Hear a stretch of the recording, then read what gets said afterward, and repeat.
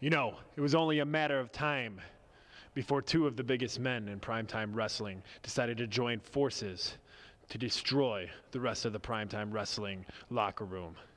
John Bolin, look at the size of this man. See it. Look at it. The 6'9" freak of nature, Eddie Venom. We're here for one reason, and that's to inflict pain. Now, primetime wrestling, who's the first tag team that they decided to put up us against? Brad Martin and El Reverso. Two of the smallest men, not only in primetime, but anywhere that I've ever seen. John, what would two guys like us do to two guys like those? First off, Eddie, Brad Martin, we've been in the ring together, and you know how much power I have. Second off, Reverso, you're known to be all high flying and whatnot. Well, tonight you're going to fly. You're going to fly real high. Tonight, for you two, it's nothing but pure pain.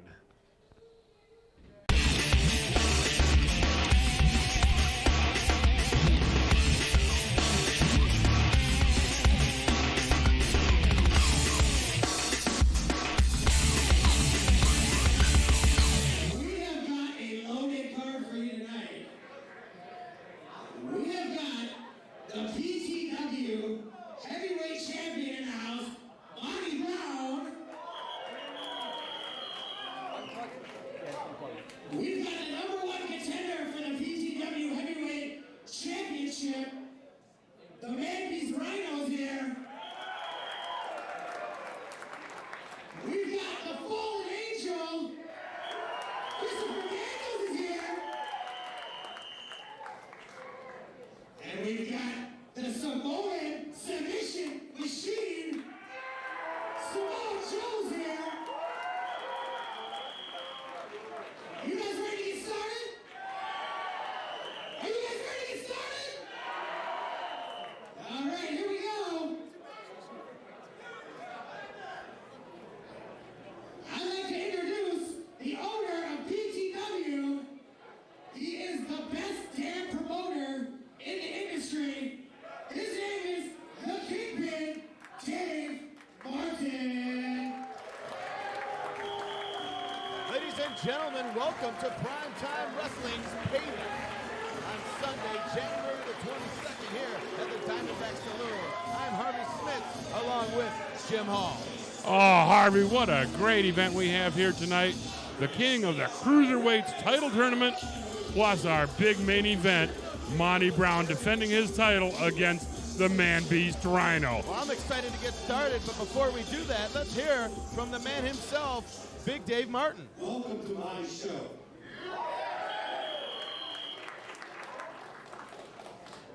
First of all, I've had about 50 phone calls, 100 emails asking me if I got beef with Rhino because he got involved with the Elite Eight final. I've known Rhino before WCW.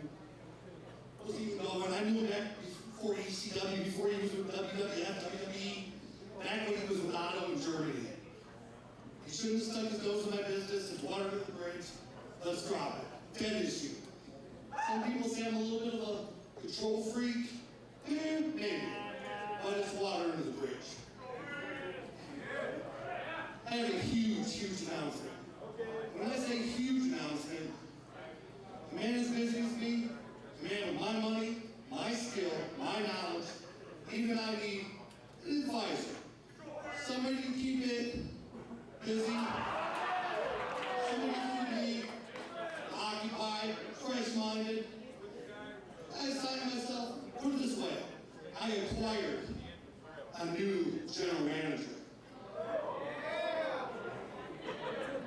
I'll give you a hint. He's called the Brain. I want you to meet my new general manager, who will be here at PTW full-time at my side, Bobby the Brain Heenan. Ladies and gentlemen, what a blockbuster announcement. Jim Hall, can this be true? Bobby the Brain Heenan is the commissioner of Primetime Wrestling? Oh, isn't that just fantastic, Harvey? Bobby the Brain Heenan. I'll tell you, he's been a great inspiration to me. He's been a great inspiration. He's a legend in this business, Harvey.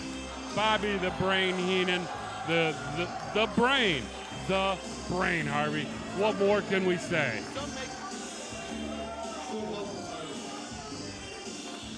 I don't trust anybody. Thank you very much, and thank you and everybody here in Detroit, Michigan. 40 years I've been in this industry, and this is my first time being a part of a promotion or general manager or anything like that. The reason I did this is because I studied this man's history, his past, and what he's got planned for the future, and I'd like to be involved with something like that. You know, it's fun to watch where you came from. I didn't start out with WWF. I started out with little venues like this. A couple 100, 350 people sometimes. Fair days, carnivals. So it's really changed the whole thing. And with his mind, and what he wants to do, and with my ability and knowledge of the industry, we're going to sign talent. There's going to be great cards here, great matches. This whole picture's going to change.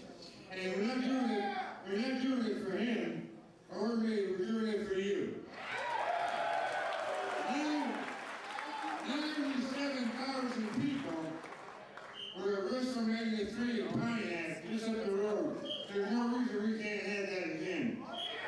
So let's have a good time tonight, and remember, a friend of me is a pest. And if you can't beat him, hire somebody. Well, you heard it from the man himself. We'll be hearing a lot more from Bobby the Brain Heenan later in tonight's broadcast. Our broadcast colleague, Don March, had a sit-down interview with the Brain. The great Bobby Heenan, one of the few men I respect.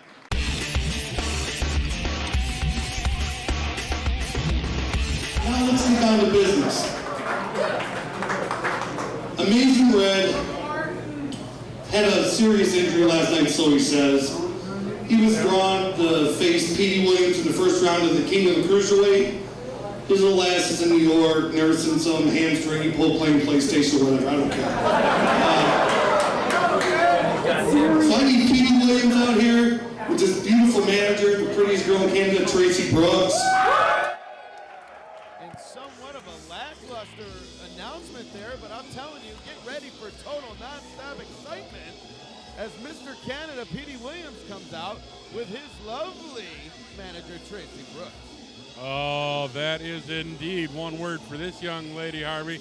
And let me tell you, tonight, the king of the Cruiserweights tournament, this young man, the Canadian destroyer, Petey Williams, has to be the odds-on favorite. Well, the stage has been set, certainly. You can see the prestige that this king of the Cruiserweights tournament has garnered. Is that what they call those, prestige? Prestige, definitely, because look, you've got a competitor at the level of one, Petey Williams. Could we see a Canadian destroyer here tonight? Yeah. That's right. We could, Harvey. We could.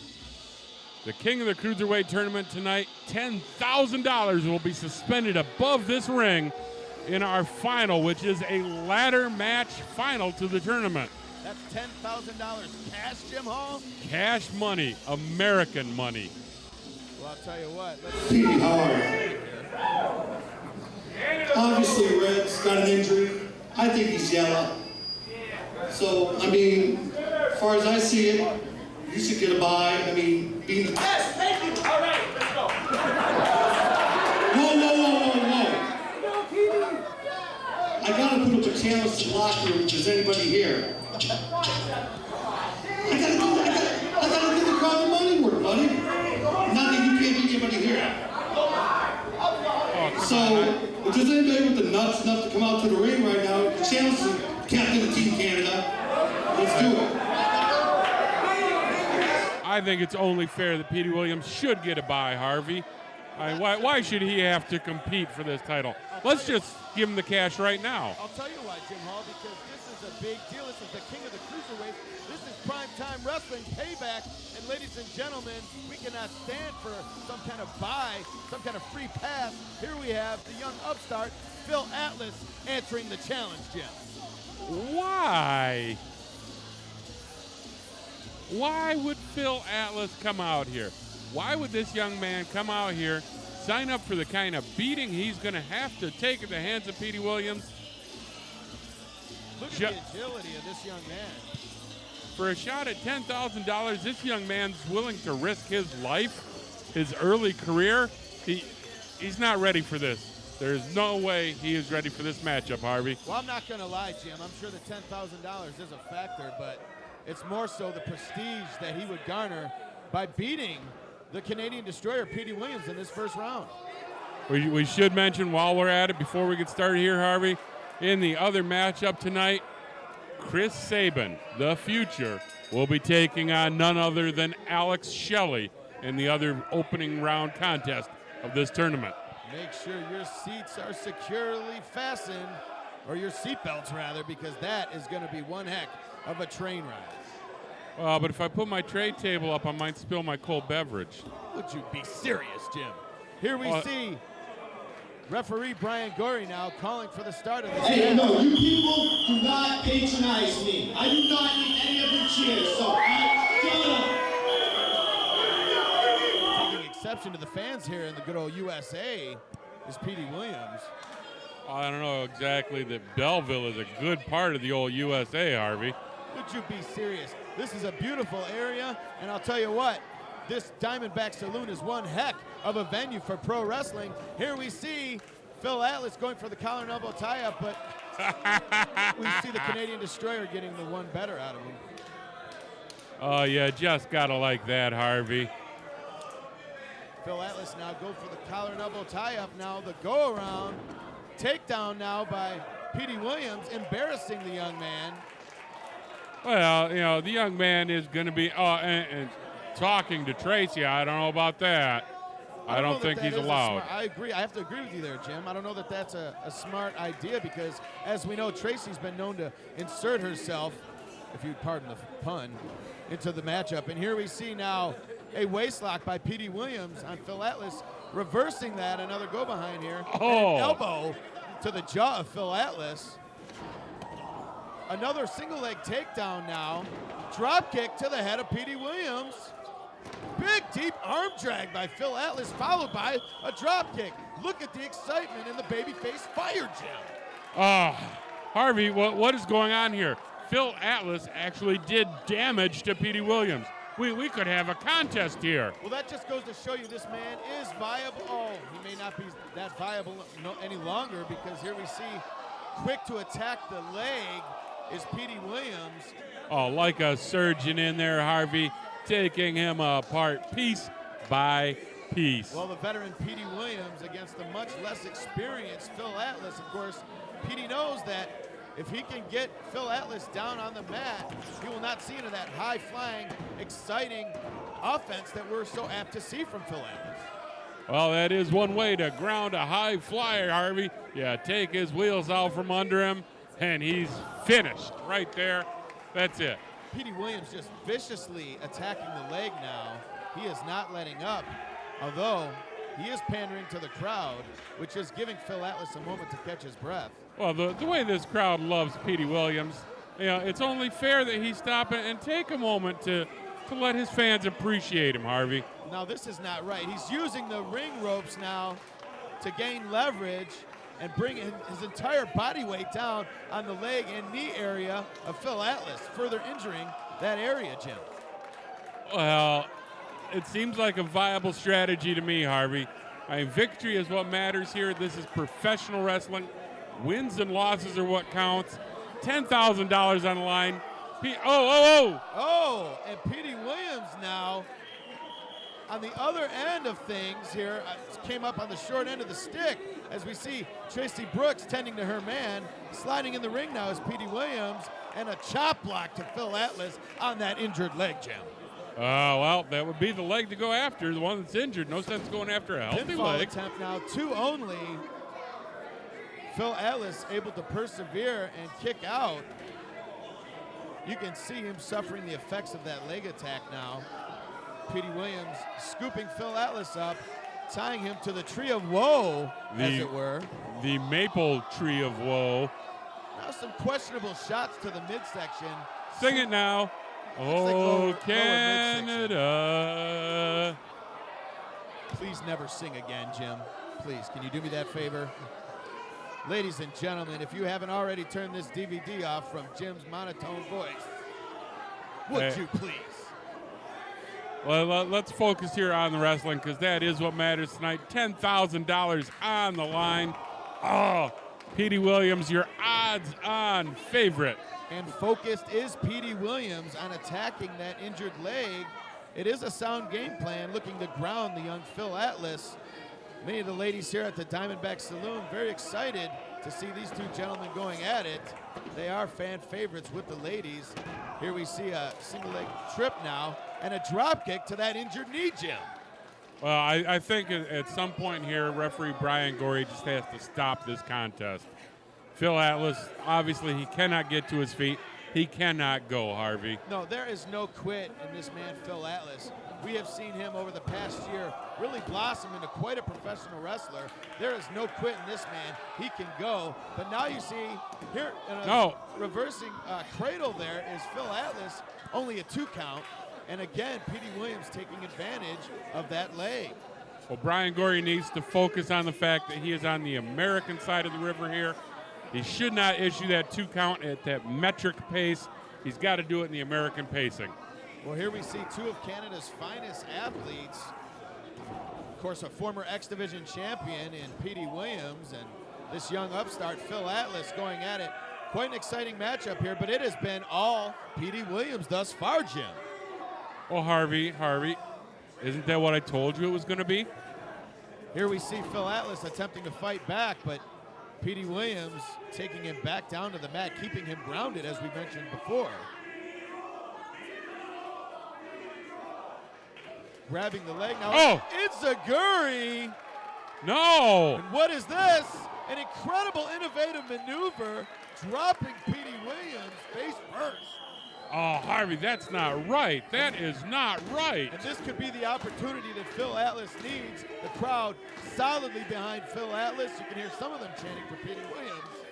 But Phil Atlas desperately needing to get to his feet and take the fight to Petey Williams. And Petey Williams up first, grabbing that injured leg.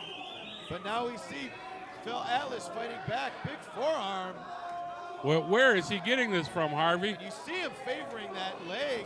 Big forearms to Phil Atlas, rather. Here we see an atomic drop. Big clothesline. Phil Atlas exploding with a back elbow. Irish whip now to the ropes. Big spinning wheel kick. Look at the offense by this youngster. No. Almost had the 3, Jim.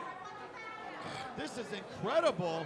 Referee Brian Gorey barely able to be in position. These guys are going so fast. Here we see another kick to that knee. Petey Williams going back to it. I'm stunned here, Harvey. Oh, big spinning reverse kick there. Phil Atlas not scheduled to wrestle tonight. Answers a challenge that should never have been made. Petey Williams should have had a bye in this first round because Amazing Red did not make it here to the building tonight. Instead of a bye, instead of that easy pass that he deserves and has earned, Petey Williams is in for a major fight here, Harvey. That's right. There is a lot of fight in this young man, Phil Atlas. And as you mentioned, not scheduled, but always ready to take it to the next limit. Although he was just on the wrong end of a Russian leg sweep there. Now you see Petey Williams calling for it. The imaginary tug rope. Little macaroni and cheese. And he's pulling him as we see Phil Atlas struggling to get to a vertical base.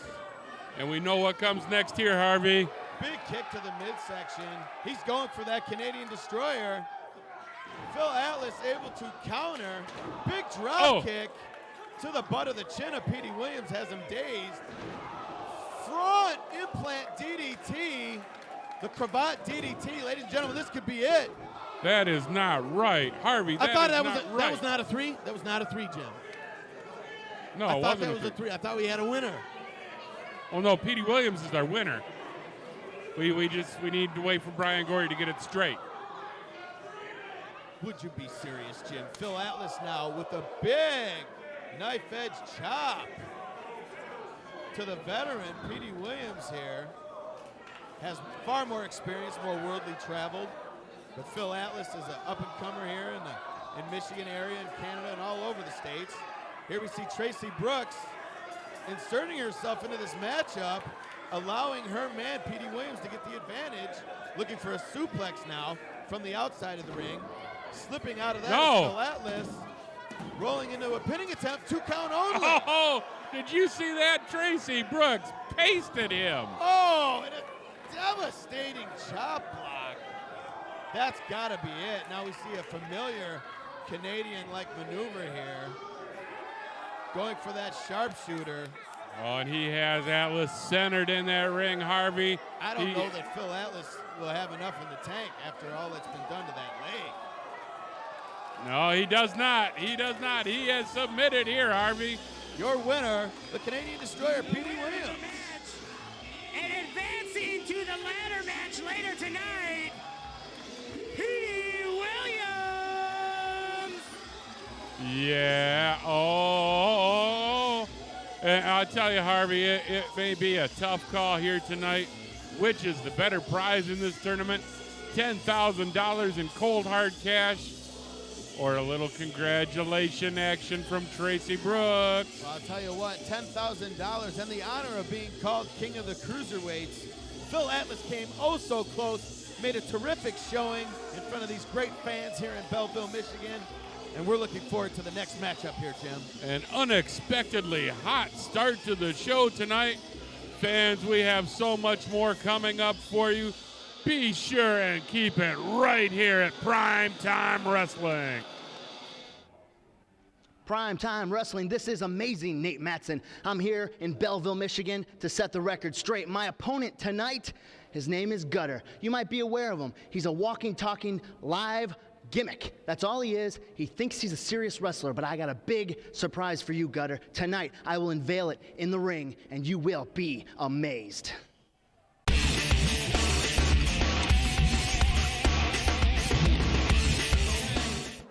Ready for our next match? It's a tag team match. First, at a combined weight of 525 pounds, here's the gut check winner, John Bolin and Eddie Venom. Oh, fans, Jim Hall, your independent expert here, alongside the voice of wrestling, Harvey Schmitz.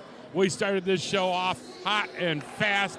Young Phil Atlas putting up a tremendous fight against Petey Williams. Now we're going to move to the other end of the spectrum, Harvey. The 6'9" Fear Factory Eddie Venom, the TNA Gut Check Challenge winner John Bolin, two of the biggest men in our profession today, taking on Brad Martin and El Reverso in a very, very intriguing tag team matchup. That's right, Jim. You know, it's going to be a case of tag team David against Goliath, as we see that size does matter to these two gentlemen. John Bolin definitely chiseled out of granite, and Eddie Venom, just all 6'9" of him, definitely will have the size advantage over the much smaller El Reverso and Brad Martin. But these two, El Reverso and Brad Martin, about to enter the arena here, you can see a lot of high-flying action, and they just might catch these two big men sleeping, these two giants, and put them down, but that's yet to be seen. Certainly these two men have the size advantage, Jim. Oh, not only the size advantage, Harvey, they also have a strength advantage and an experience advantage. When it comes to tag team wrestling, it's that surgical edge of being able to cut the ring in half, to isolate one of these little midget wannabes in a corner and just pound them into oblivion. And their opponents, combined weight 366 pounds.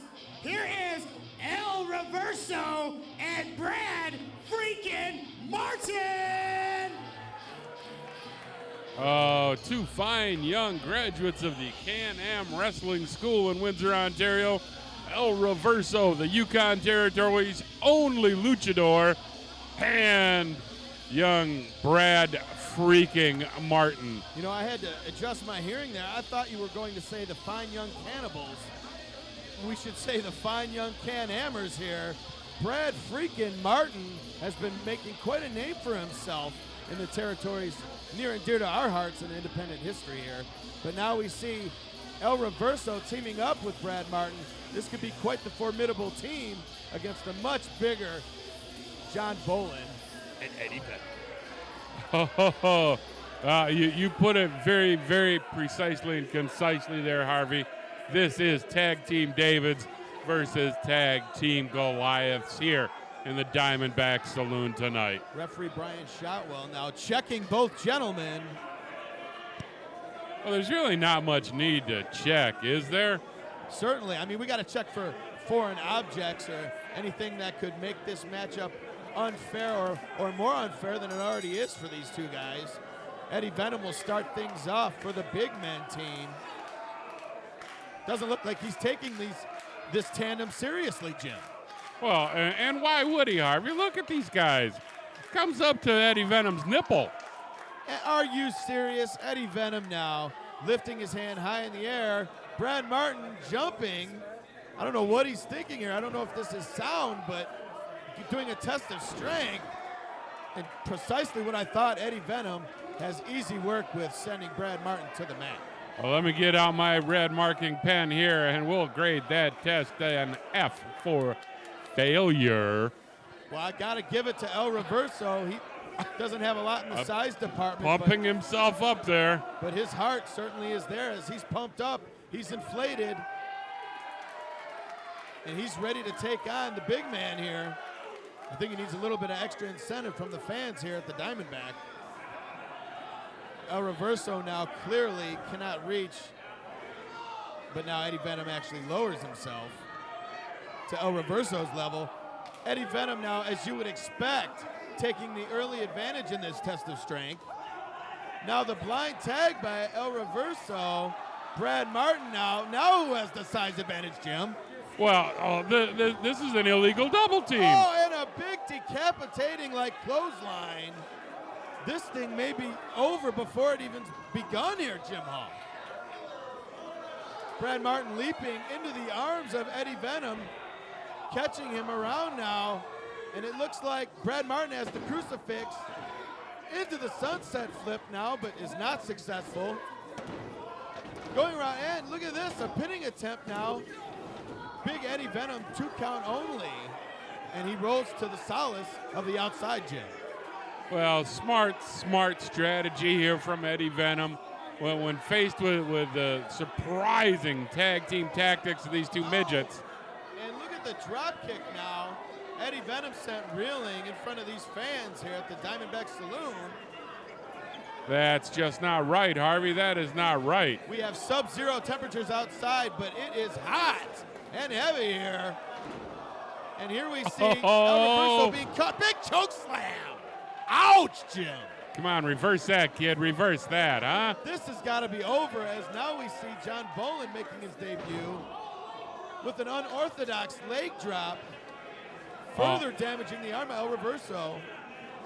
And this John Bolin, what a tough young man this is. I mean, just look at that physique, Harvey. This is a gut check challenge winner. Easily press slamming El Reverso, now raking the eyes with his wrestling booties. John Bolin now clubbing the back of El Reverso, sending him reeling to the mat, Jim. Right where he belongs, Harvey. Would you be serious? Now we see El Reverso having a hard time reaching a vertical base, so John Bolin says, I'll pick you up, kid. Big clothesline. El Reverso desperately needs to make a tag here. Not gonna happen. Oh, and he's almost outside of the ring, Jim. All right, what a coward, ducking outside of the ring just to avoid this punishment. And a big peel from Bolin. That's a signature Bolin peel from the outside in. Big elbow, pinfall attempt. Brian Shotwell reaches 2 count only, Jim. Well, the big men have shown some immense scientific acumen here, Harvey, to go with their size, their strength, their power.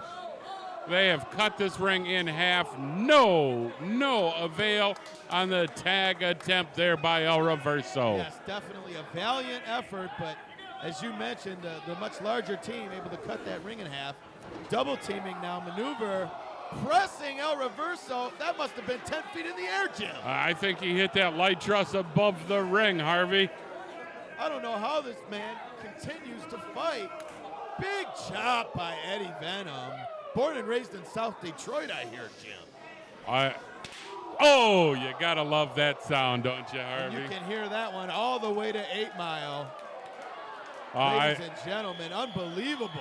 I believe I have the answer for the rhetorical question you ask of how is it that this man El Reverso can continue to fight, Harvey? The answer is quite simply, he cannot.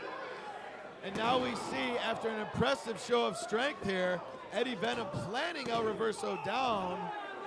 2 count only. Well, if Brian Shotwell had been in position to make the count there, Harvey, we'd be enjoying a beverage at the break now. He was in position, and it was a 2 count only, but now you see, again, keeping that ring cut in half. There's surgeons in here, Harvey. Raking the back of El Reverso. John Bolin should be better than that, Jim. John Bolin was the gut check winner, and here you see him taking shortcuts. I can't believe it. I'm a little bit disgusted, Jim. A win is a win. This is professional wrestling, Harvey. This is not about honor. This is not about the old alma mater. This is about doing what it takes to get to the pay window for the victory check. And an incredible, innovative move there as he drives El Reverso to the mat. Eddie Venom now, I thought we had a done deal. Eddie Venom and John Bolin going through these two like X-Lax through a widow woman tonight. Disgusting, Jim Hall. And another big, disgusting forearm by Eddie Venom. I don't know how much more this kid can take. Desperately, he needs to tag Brad Freakin' Martin. Not gonna happen. And another tag. Boy, I'll tell you, you would think that these guys have been tag teaming for years, tagging in and out, double team maneuvers. John Bolin having his way, sort of playing with his food, if you will, Jim Hall. I'll tell you, John Bolin is tougher than a Waffle House steak, Harvey, and he is just taking it right to El Reverso. They have isolated this poor young man in a very, very bad part of rolling out of the way is El Reverso with an enziguri now, somehow finding the strength to fight back. He must make the tag. That is his only hope here, Jim. That is his only hope, and unfortunately for him, hope does not loom large in this contest. John Bolin and Eddie Venom loom large in this contest. Brad Freakin' Martin now getting the support of this capacity crowd. And here you see making the tag. Brad Martin ducks the clothesline. Big forearm. A house of fire now. Back body drops John Bolin outside to the outside. And a big forearm to the top of the head now. House of fire. Brad Freakin' Martin cannot be stopped. He is just a flurry of offense. Well, he does have the advantage. And a whipping stunner now. Does have the advantage as Brad Martin of being the freshest man in this competition. But the pinfall was averted by John Bolin as he inserted himself. Big body slam now, but he turns around to find the feet of El Reverso in his face, Jim. Well, that's not right. Reverso was not the legal man, Harvey. Irish whip now. Eddie Venom sending El Reverso off. And a big spinning tornado DDT planting the big man. That is not right. Reverso not the legal man.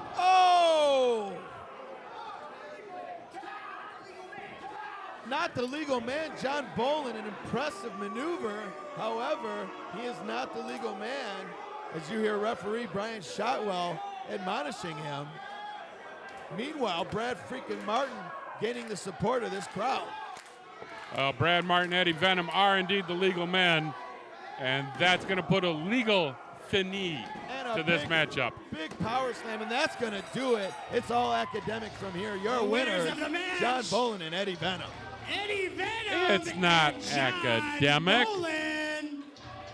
This is not academic. This is professional, Harvey. This is professional wrestling, and that is a professional tag team victory. Well, I don't know if I agree with all the shortcuts that were employed here by this big team. Certainly, I feel that they did not have to use those shortcuts. They have plenty of ability and size, but we'll have to see if they have what it takes to break through to that next level here at Primetime Wrestling, and that is title contention, Jim. Well, I'll tell you what tonight, Harvey. These two big men are going to the winner's pay window.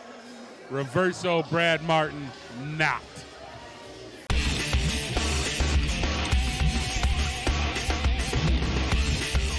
Our next match is scheduled for one fall.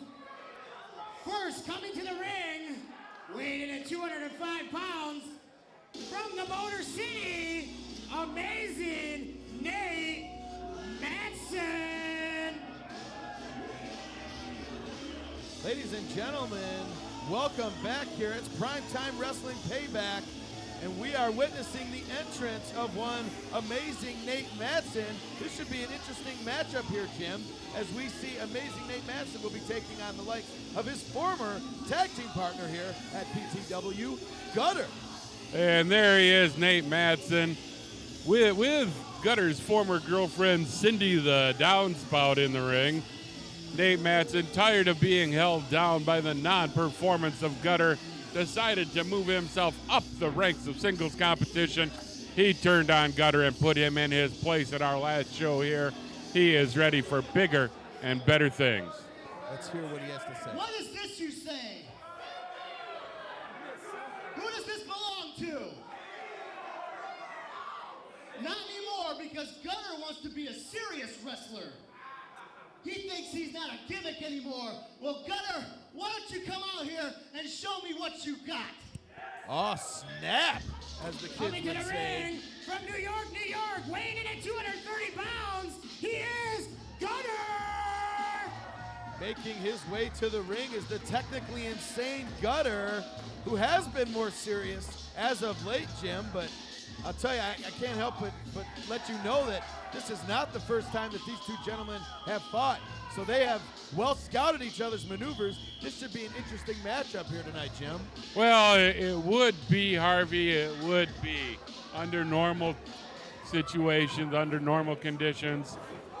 Two men that know each other as well as this would be a very interesting matchup. But I'll tell you what, Gutter is just plain insane. They call him technically insane. It's true he's got a modicum of technical skill, but basically the man is just plain nuts. Well, look at him go here, Jim. He is having his way with Nate Matson. A flurry of offense here, sending Nate Matson reeling here, now going for a body slam or picking him up, delivering that body slam to the ropes. A big knee. Ladies and gentlemen, 2 count now. Gutter taking the early advantage, Jim. Well, I find that hard to believe, Harvey. I got to think that Nate Matson is just setting him up here. Gutter now looking to finish off things with that nightmare-type maneuver, but now he is sent reeling to the outside. Amazing Nate Matson taking this opportunity to clear the cobwebs. Well, Nate Matson, a smart tactician, a brilliant ring general. Oh! Not afraid to throw a drop kick at your teeth either, apparently, is Nate Matson, Jim. Taking the fight to Gutter, but now Gutter fighting back on the outside. Well, I don't know why Gutter would do that. Nate Matson clearly in command of this matchup from the start, Harvey. Now you see Nate Matson taking the shortcut after a battle of chops with the thumb to the eye, taking the advantage now against that technically insane, as we call him, Gutter, here at Primetime Wrestling's Payback. Oh, you gotta love the big European uppercuts from Nate Matson.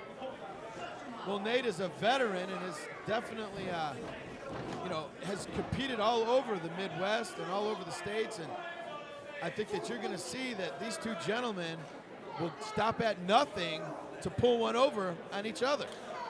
And not only is Nate Matson, as you mentioned, Harvey, a tremendous international veteran, tremendous skill. His resume in the ring, unquestionably, undeniably outstanding.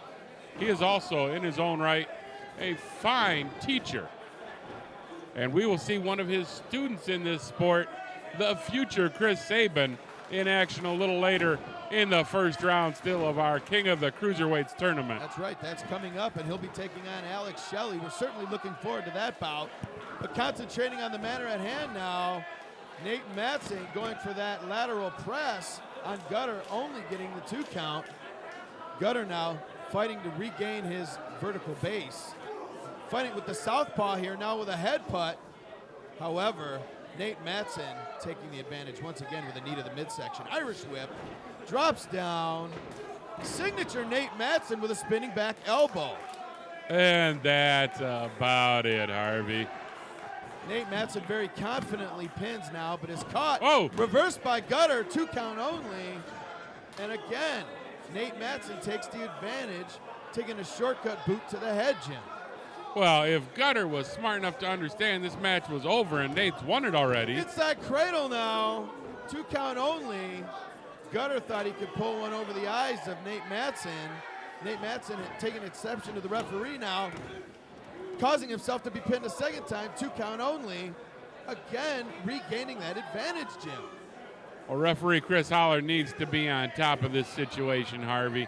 I am tired of seeing Gutter take shortcut after shortcut here to stay in this matchup. Big high knee by Nate Matson, and he would certainly tell you that it was amazing, signaling for the crowd to kiss his bub kiss, but I digress. 2 count only now, as Gutter is fighting to regain some semblance of some offense here as he finds himself in a surfboard stretch, Jim. Oh, and that puts such tremendous pressure on the spine. Nate Matson is just weakening Gutter here. You take out his spine, you take out his ability to execute a number of his signature moves, and that leaves him vulnerable to the big M80 from Nate Matson. Well, somebody needs to give Gutter some drum lessons, because his cadence was certainly off time, and you can't expect the crowd to clap with you if you can't go on time with the beat. But here you see a backslide, something he is certainly adept at.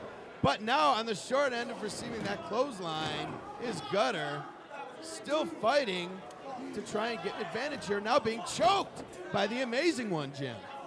He has the 4 count there, the 5 count, he took the 4, he gives it the break. Clean professional wrestling from amazing Nate Matson. I want to know, what about choking a man is professional wrestling, a blatant choke? We're not talking about a rear naked choke. We're not talking about a guillotine choke, just a blatant stranglehold choke. That is street thug tactics, and it's uncalled for. But then again, that's what Nate Matson is willing to stoop to get a victory here at Primetime Wrestling Payback.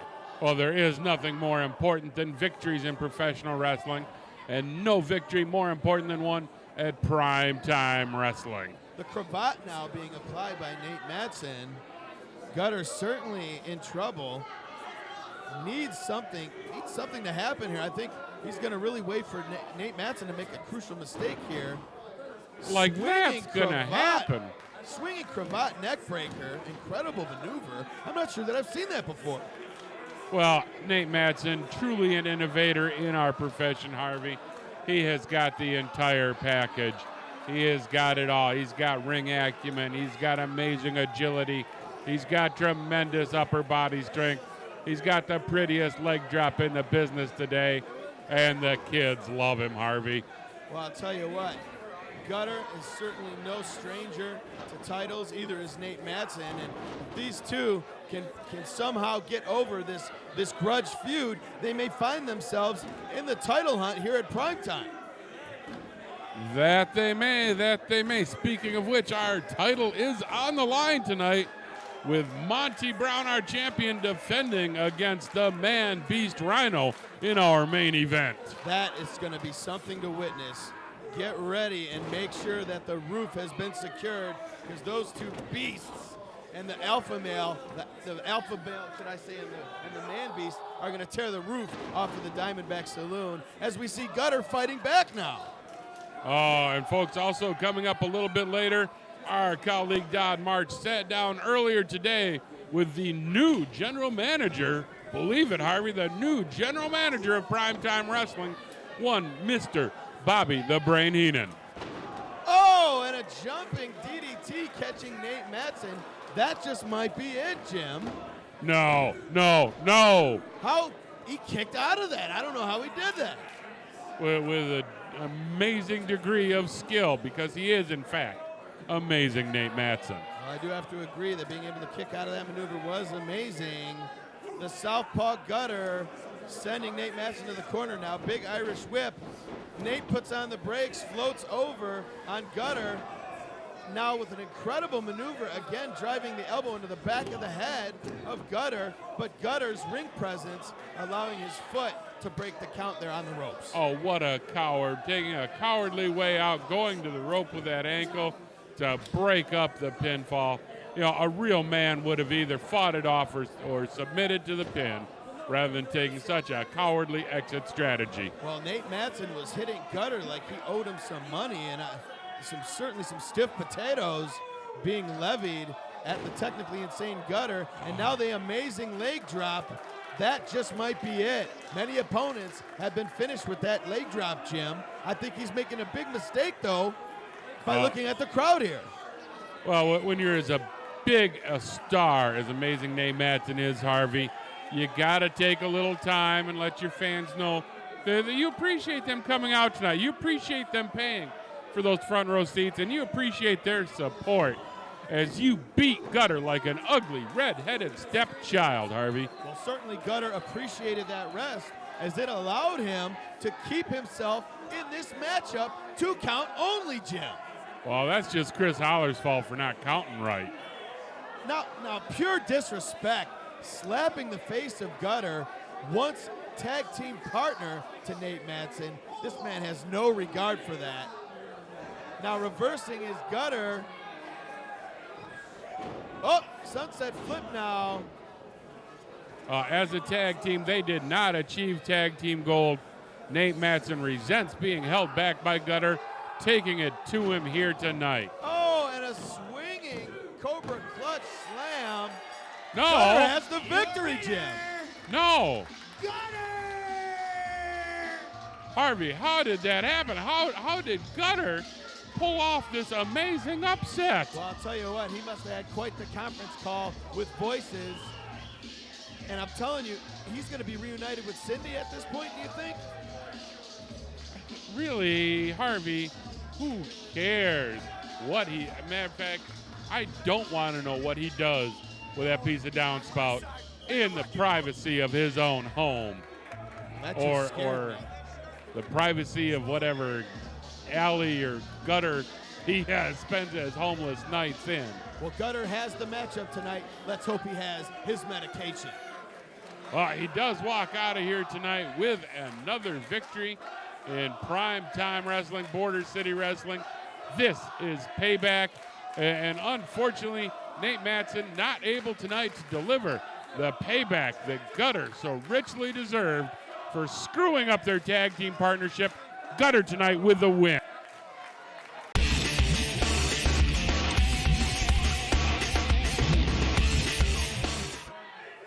Weighing in at 225 pounds from Greenwich, Connecticut, he is the symbol of excellence, Conrad Kennedy III.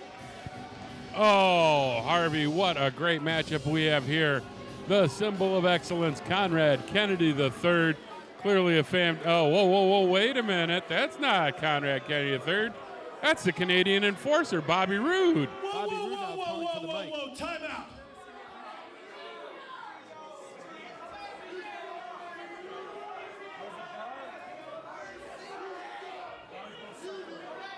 That's what he has to say here, Jim. Last time I was in this godforsaken country, in this shithole Detroit, Whoa! I was screwed. He was. Sounds fun. In the Elite 8 tournament, I defeated a 7-foot giant. Second round, I dominated one of the best X Division wrestlers in the business today, Chris Sabin. That he did. And then it was myself and the alpha male Monty Brown, and I had it. He did. He had the it. match. But because each and every one of you, I was screwed. I should be the PTW heavyweight champion, not Monty Brown. And each and every one of you losers know it. That's right. I know it. Sounds like sour grapes to me, Jim. Take a little accountability for your actions, Bobby Roode. And as far as what?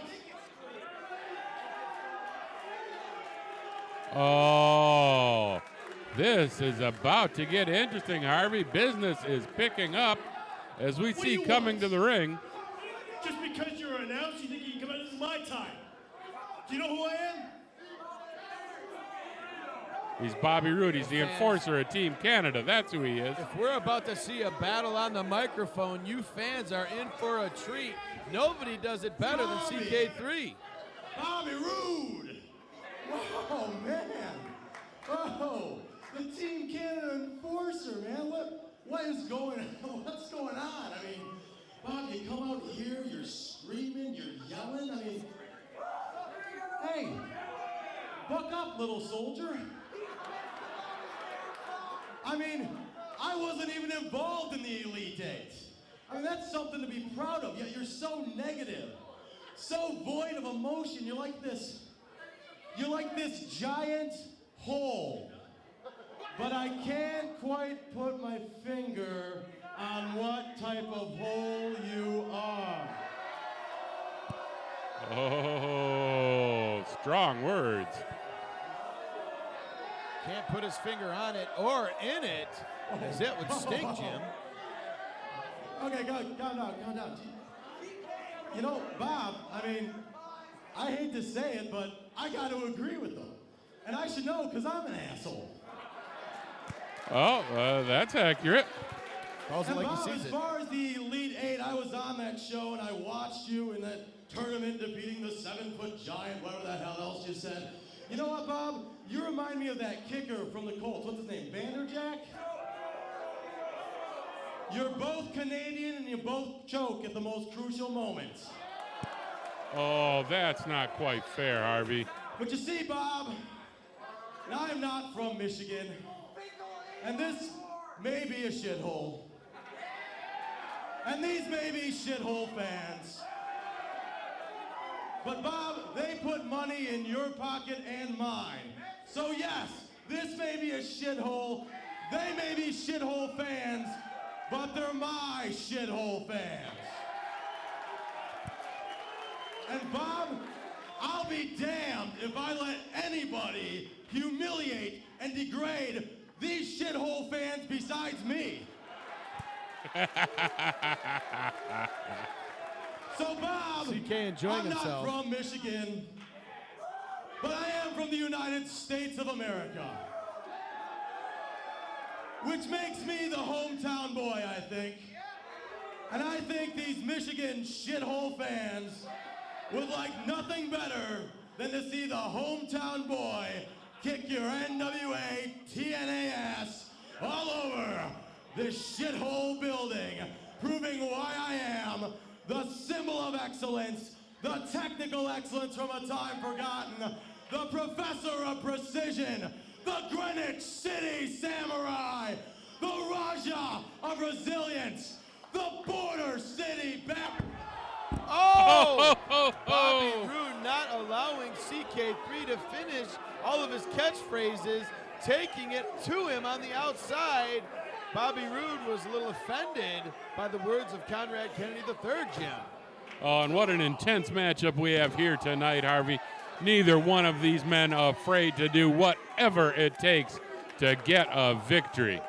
CK3 has been on quite a tear as of late across the independents, making a heck of a showing for himself and using some salty language here tonight, but kids, make sure to not use that type of language at home. But I'll tell you what, we're making an exception as the action is hot and ready to go like a Little Caesars pizza. Well, you know, kids, if you happen to live in a shithole like this, feel free to use this kind of language. Jim, would you please? Would you be serious? CK3 now thwarting the attempt of getting turnbuckled, taking one to the Canadian enforcer here, taking him to task to the other side, utilizing, looks like, all four corners of the ring here. Oh, and Bobby Roode may be out on his feet, Harvey. CK3 with the advantage now, going for that fourth corner. The fans counting with him now. Wow, these Belleville fans, Harvey, have managed to gain the knowledge, skill, and ability. With talent on loan from God, Conrad, Petey, the third. And a man who hates unfinished business, CK3, gets back on that mic and finishes his opening promo, Jim. Only Conrad Kennedy III. Big right hand by Conrad Kennedy. Oh, Harvey, and you know, both of these men are among my favorites in our profession. These are two warriors, two men of distinction and standing in our sport, two fan favorites wherever they go. Oh, and a neck breaker on the outside, almost a rude awakening style, on the outside in the unforgiving floor here at the Diamondback Saloon in Belleville. That is a hardwood dance floor underneath the ring here in this facility, and that is gonna leave a mark. Well, I'll tell you what, he almost made him do a headstand there, breaking the neck, but impressively, CK3 is back on his feet now, fighting tooth and nail with Bobby Roode. An amazing matchup we have here. Bobby Roode was indeed cheated out of his fair due in the Elite Eight tournament. Conrad Kennedy perhaps screwed worse in that affair, and he was not even entered in the tournament. These two men both have something to prove to the fans here tonight, Harvey. Snapmare now, and you see Bobby Roode now, front flip, neck snap, almost, you know, shades of Kurt Hennig there. Oh, Bobby Roode, the Canadian enforcer, definitely taking it to the symbol of excellence, the Raja of whatever tonight. Well, CK3 is on a tear as of late, as we mentioned earlier, and he is now fighting back with some stern forearms. Irish whip now. Bobby Roode jumping over. Drop kick to CK3, sending him reeling. Pinning attempt now. 2 count only. Bobby Roode is back on the attack here with a chin lock. Oh, Harvey, can you imagine the intensity of these two warriors? Well, referee A.T. Huck is checking to make sure that that is not a choke. And now you see CK3 trying to get these shithole. Excuse my language. See, you've got me going now, Jim. He's got these crap hole fans, as he calls them, on their feet, trying to get behind their man CK3, their hometown boy.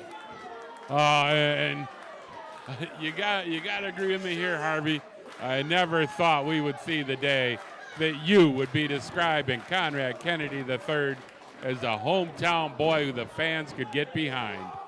Oh, and now you see some offense here by Bobby Roode with a back elbow and then an elbow drop, followed by a 2 count. He is persistent.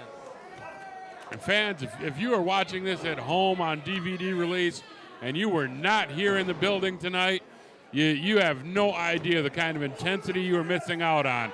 As fine a production as this DVD may be, it cannot hope to compare to the excitement, the intensity, and the action, never mind the very charming and attractive waitresses here at the Diamondback Saloon. And as we see, Bobby Roode here has been attacking that neck area, relentlessly working on it, of Conrad Kennedy III now. From the second rope, drops a big knee drop. The Canadian enforcer going for the pin call. 2 count only. Ladies and gentlemen, log on to ptwwrestling.com. MarqueeWrestling.com, your source for all the greatest live wrestling action on DVD.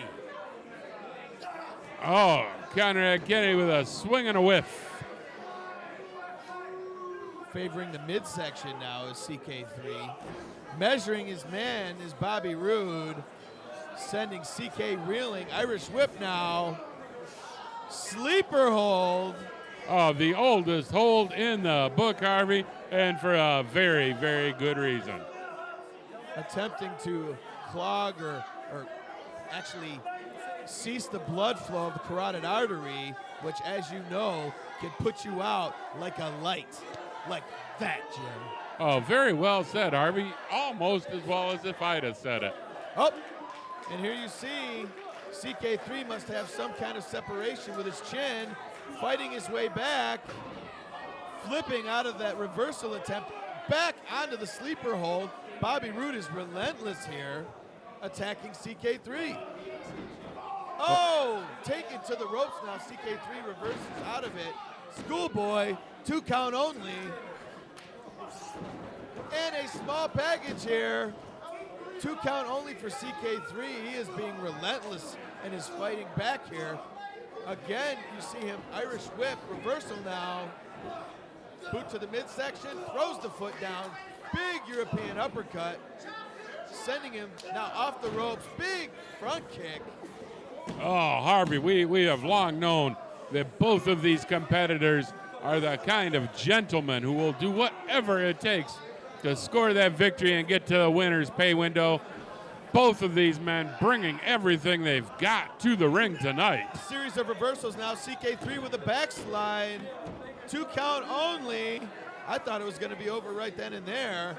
However, CK3 now with the right hand, sending, and a reversal again by Bobby Roode. Boot to the face, and here we see a tremendous spine breaker. Woo! Actually, we call it a spine buster, but hey, spine breaker, spine buster, tomato, tomato. Let's call the whole thing off, Jim Hall. Well, let's not. Let's just call this intense action here tonight. These two warriors of the ring, Harvey, are leaving nothing left on the table at all. They are going all out. Oh, and now CK3 catching that left arm of Bobby Roode, hoisting him up onto his shoulders, a show of power here. Oh, and a big backbreaker. Ladies and gentlemen, I'm surprised that CK3 had the neck strength to pull that off. 2 count only, Jim. Unbelievable action here tonight, Harvey. These fans got every nickel's worth of their money when they bought a ticket to this event. And then some, Jim. It's where I have to agree with you. And now you see CK3 setting up for that chump change. But Bobby Roode reversing out of it now. Irish whip reverse. Bobby Roode to the corner. Moving out of the way. Hitting the ropes. Big clothesline to the back of the head. CK could be out. 3 count, ladies and gentlemen, your winner, the Canadian enforcer, Bobby Roode. Bobby Roode. Unbelievable action here tonight at the Diamondback Saloon, Harvey. PTW, BCW, this is Payback.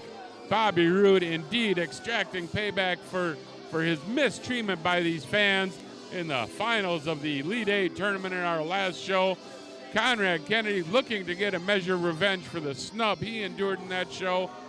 Neither man getting exactly what they wanted, but Bobby Roode does indeed claim the pinfall victory here tonight. Well, get ready, fans, because up next, speaking of tournaments, Jim Hall, is the next installment of the King of the Cruiserweights tournament. The future Chris Sabin will face Alex Shelley. Get ready for a bluster of action. You know, I didn't come out the victor tonight.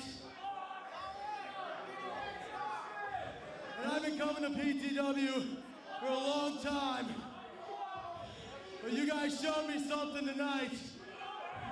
And I mean this from the bottom of my heart.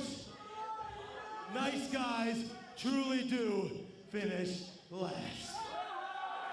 CK3 now showing the fans his distaste for their approval. What a shame, Jim. I can't believe it. I went out there, I told everybody what I was gonna do to you, Gutter. I told everybody, you're not a serious wrestler. Look at me, I'm a serious wrestler. I'm amazing Nate Matson, I should have beat you. I had the amazing leg drop. I hit the Matson Jam, I hit the Nate Breaker. 1, 2, 3, you should have been gone. But no, what happened? What happened? I got screwed tonight. And Gutter, this ain't over. This is far from over. You might have beat me tonight. Fine, you proved it. You got the guts, you got the, you know what?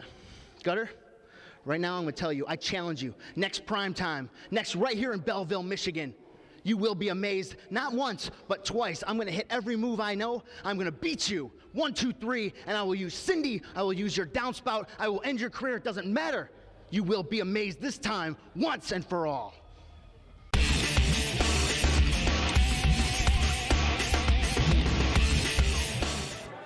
This next match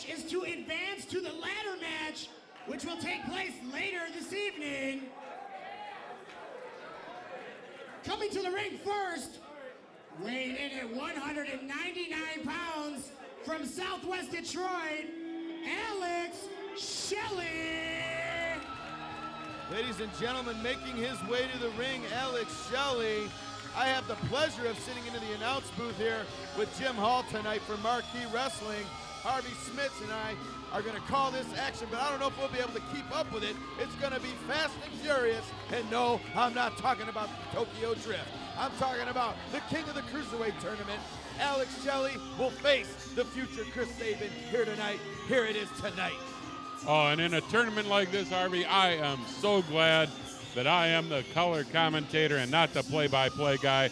This is where you earn your paycheck tonight, keeping up with the fast-paced back-and-forth action between these two intense competitors, Alex Shelley and the future Chris Sabin. Well, I have to tell you, Alex Shelley looking here like he stepped off of the AFI tour bus. And his opponent, waiting the arrival of Chris Sabin. These two well known in the Michigan area. He is Chris Sabin. Oh, and they have faced each other a number of times in another of different promotions. None of them that match up to the intensity of the PTW BCW King of the Cruiserweight tournament. The winner of this will advance to face Petey Williams in a ladder match. $10,000 cold hard American cash will be suspended above the ring. The winner takes it all home himself. Gee, speaking of AFI, there's the entrance music for Chris Sabin. As you see, he's got his alien panties, he's rocking them, and he's ready to rock and roll with the paparazzi, the man, Alex Shelley. Oh, and I'll tell you what, Chris Sabin comes in here with a decided strength advantage. I don't think the speed advantage can be called between these two men. In terms of wrestling acumen and skill, a dead even heat. Chris Sabin, a slight edge in experience. But I'll tell you what, the difference maker here tonight, the reason I can guarantee an Alex Shelley victory in this round is simply the fact that Alex Shelley has the heart. He has the guts and he has the mindset to do whatever it takes to win. Well, we've certainly seen a lot of his ability here in primetime wrestling. So it's not as if he's not been proven, and he's proven himself all across the world, this young man. But I'll tell you what, Chris Sabin is no one to just scoff at. He will make you work every second in that ring. Lightning quick now, breaking that hold just as quick as that lightning fast, Jim Hall. The speed of these two competitors cannot be denied and can only be matched by the two other competitors in this tournament, young Phil Atlas and the Canadian Destroyer, Petey Williams, who is waiting for the winner of this matchup. That's right, Petey has advanced, and we are now waiting to see, pending the outcome of this matchup, who will advance. Alex Shelley, unfortunately, taking that shortcut, but taking the first advantage in this matchup with a right forearm to the future Chris Sabin. And that is the advantage I was talking about, Harvey. That is what allows me, as the foremost prognosticator in the history of independent wrestling, to guarantee an Alex Shelley victory here tonight. And look at the acrobatics of these young gentlemen. Chris Sabin doing a flippity-floppity here, another flippity-floppity into a big lucha-style arm drag, single leg takedown now. Alex Shelley, oh, and a spinning head scissor. It looks like Alex Shelley actually landed on Chris Sabin there. But Chris Sabin nonetheless lightning quick with his offense with a jumping kick to the head, Jim. Oh, Harvey, unbelievable action here. 2 count only. A lot of gas still left in the tank of Alex Shelley here as Chris Sabin locks down the front chancery. Well, of course there's a lot of gas left in Alex Shelley's tank. I guaranteed a victory for Alex Shelley tonight. And based on that attitude, based on what's happened in this ring so far, I of course, will be proven right in the final analysis. Well, you got to be careful of those guarantees. I know Rasheed Wallace is quick to pass them out, but you really can't guarantee anything here at Primetime Wrestling. You never know what's going to happen because of the level of talent we have here at PTW. Big German suplex attempt now thwarted as Alex Shelley actually flipped onto his feet. Rolling sunset flip now, going for the drop kick, but it's actually Chris Sabin that is able to get the drop kick in to Alex Shelley's forehead. Lateral press now, 2 count only. Well, Harvey, you and these fans here in Belleville may not be able to make those kinds of guarantees, but as the independent expert, I certainly can. Alex Shelley with the attitude advantage, going to get the victory here, overcoming the advantage in strength and experience possessed by Chris Sabin. Well, I think you're forgetting Chris Sabin's tag team partner. And that tag team partner is the fans here at Primetime Wrestling, because they are on Chris Sabin's side as you hear them wooing, those signature woos as these men chop each other down like mighty redwoods in the forest, Jim. Oh, and I'll tell you, both of these men are going to have blisters on their chests in the morning. And here you see now the 10 count, Chris Sabin going old school.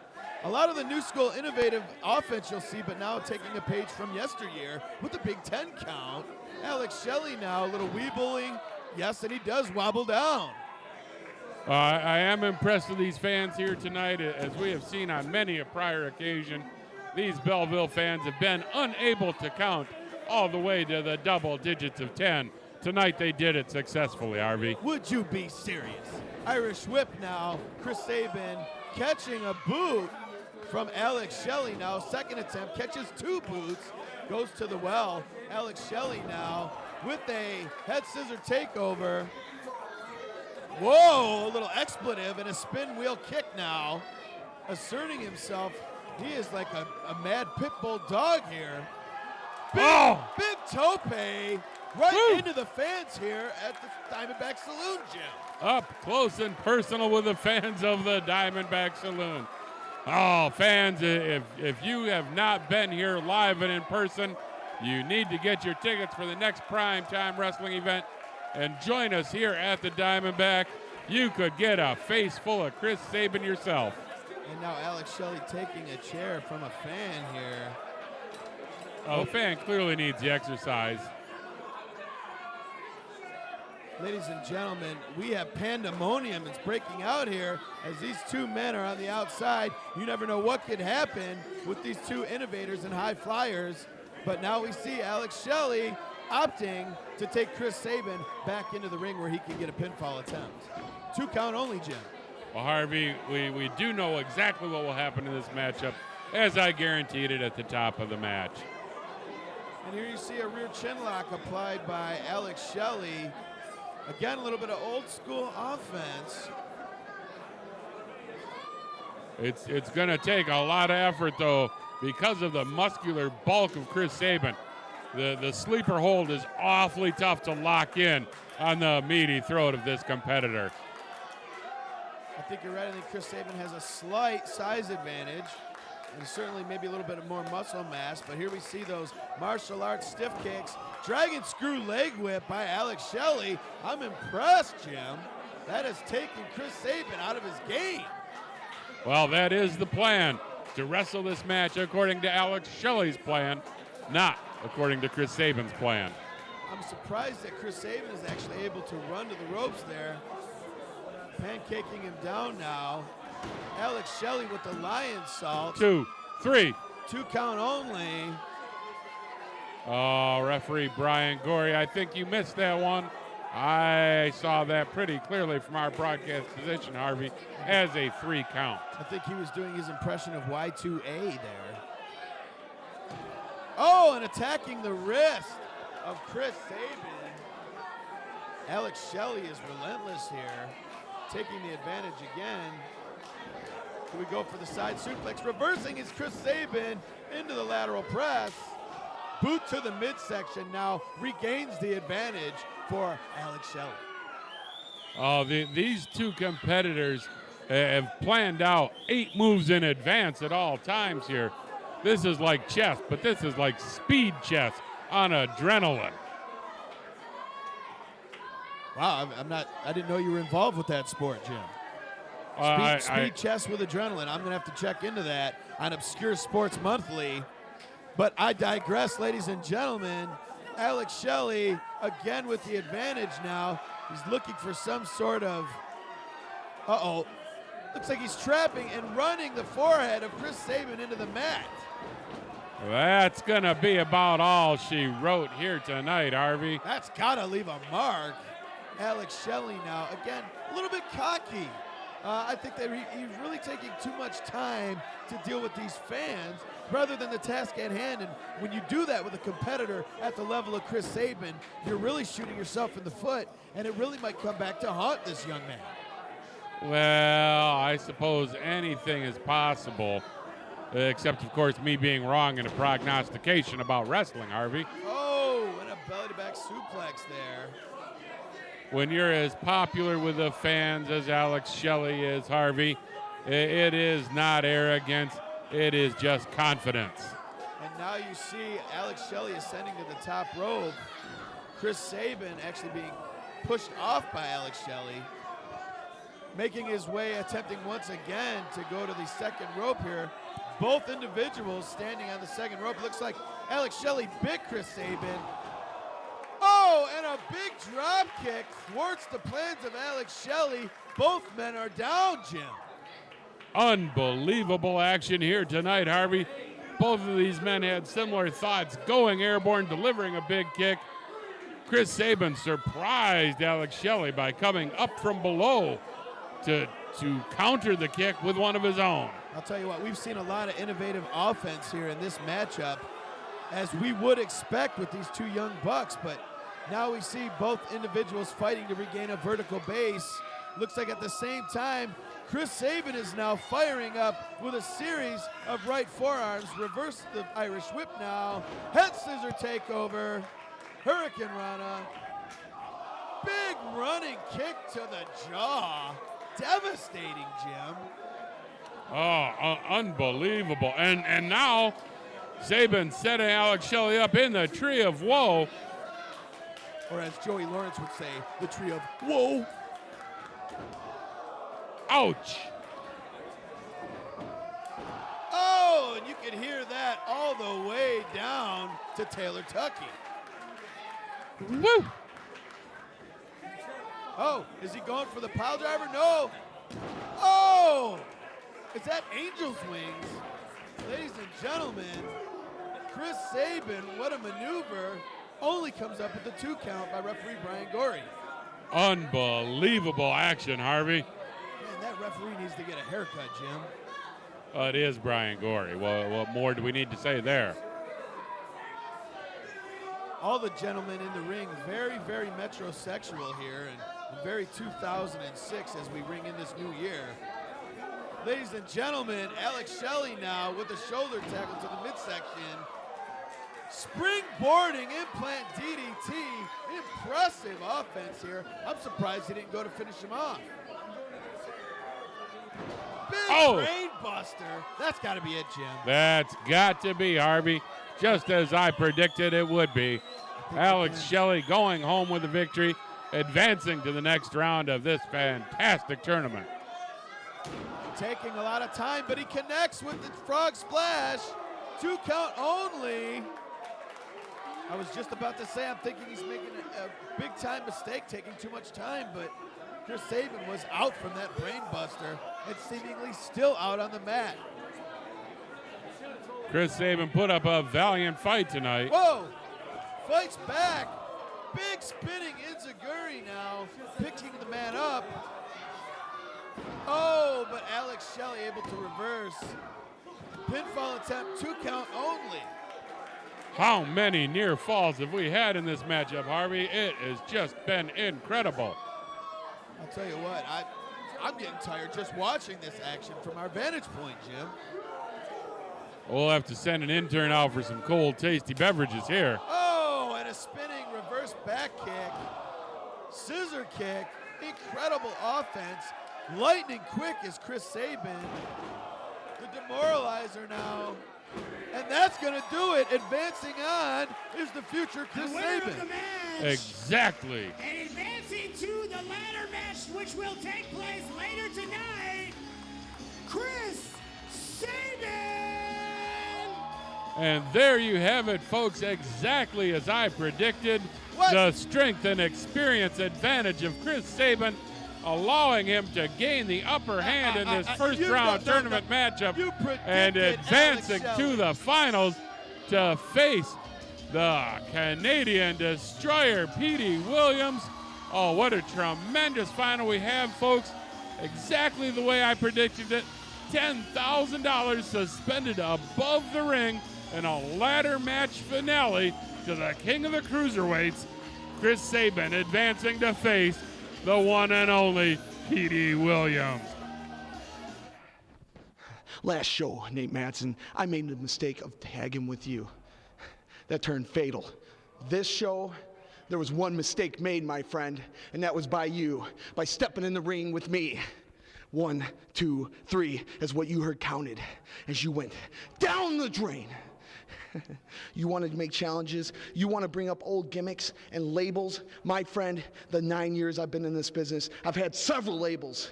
But one thing I've never been labeled as a quitter or a loser, and I proved that once again. So you want a rematch? Nate, got it.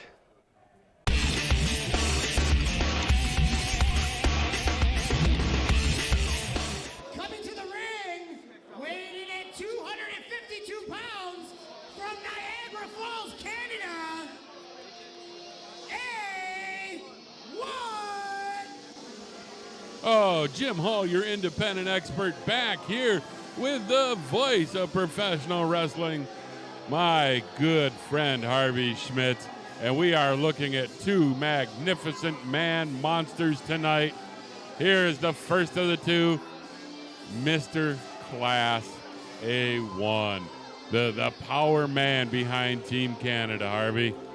Well, I'll tell you what, we've seen a lot of action tonight, Jim, but it's only going to get better. And now you see, as you mentioned, two of the larger opponents here and combatants at Primetime Wrestling.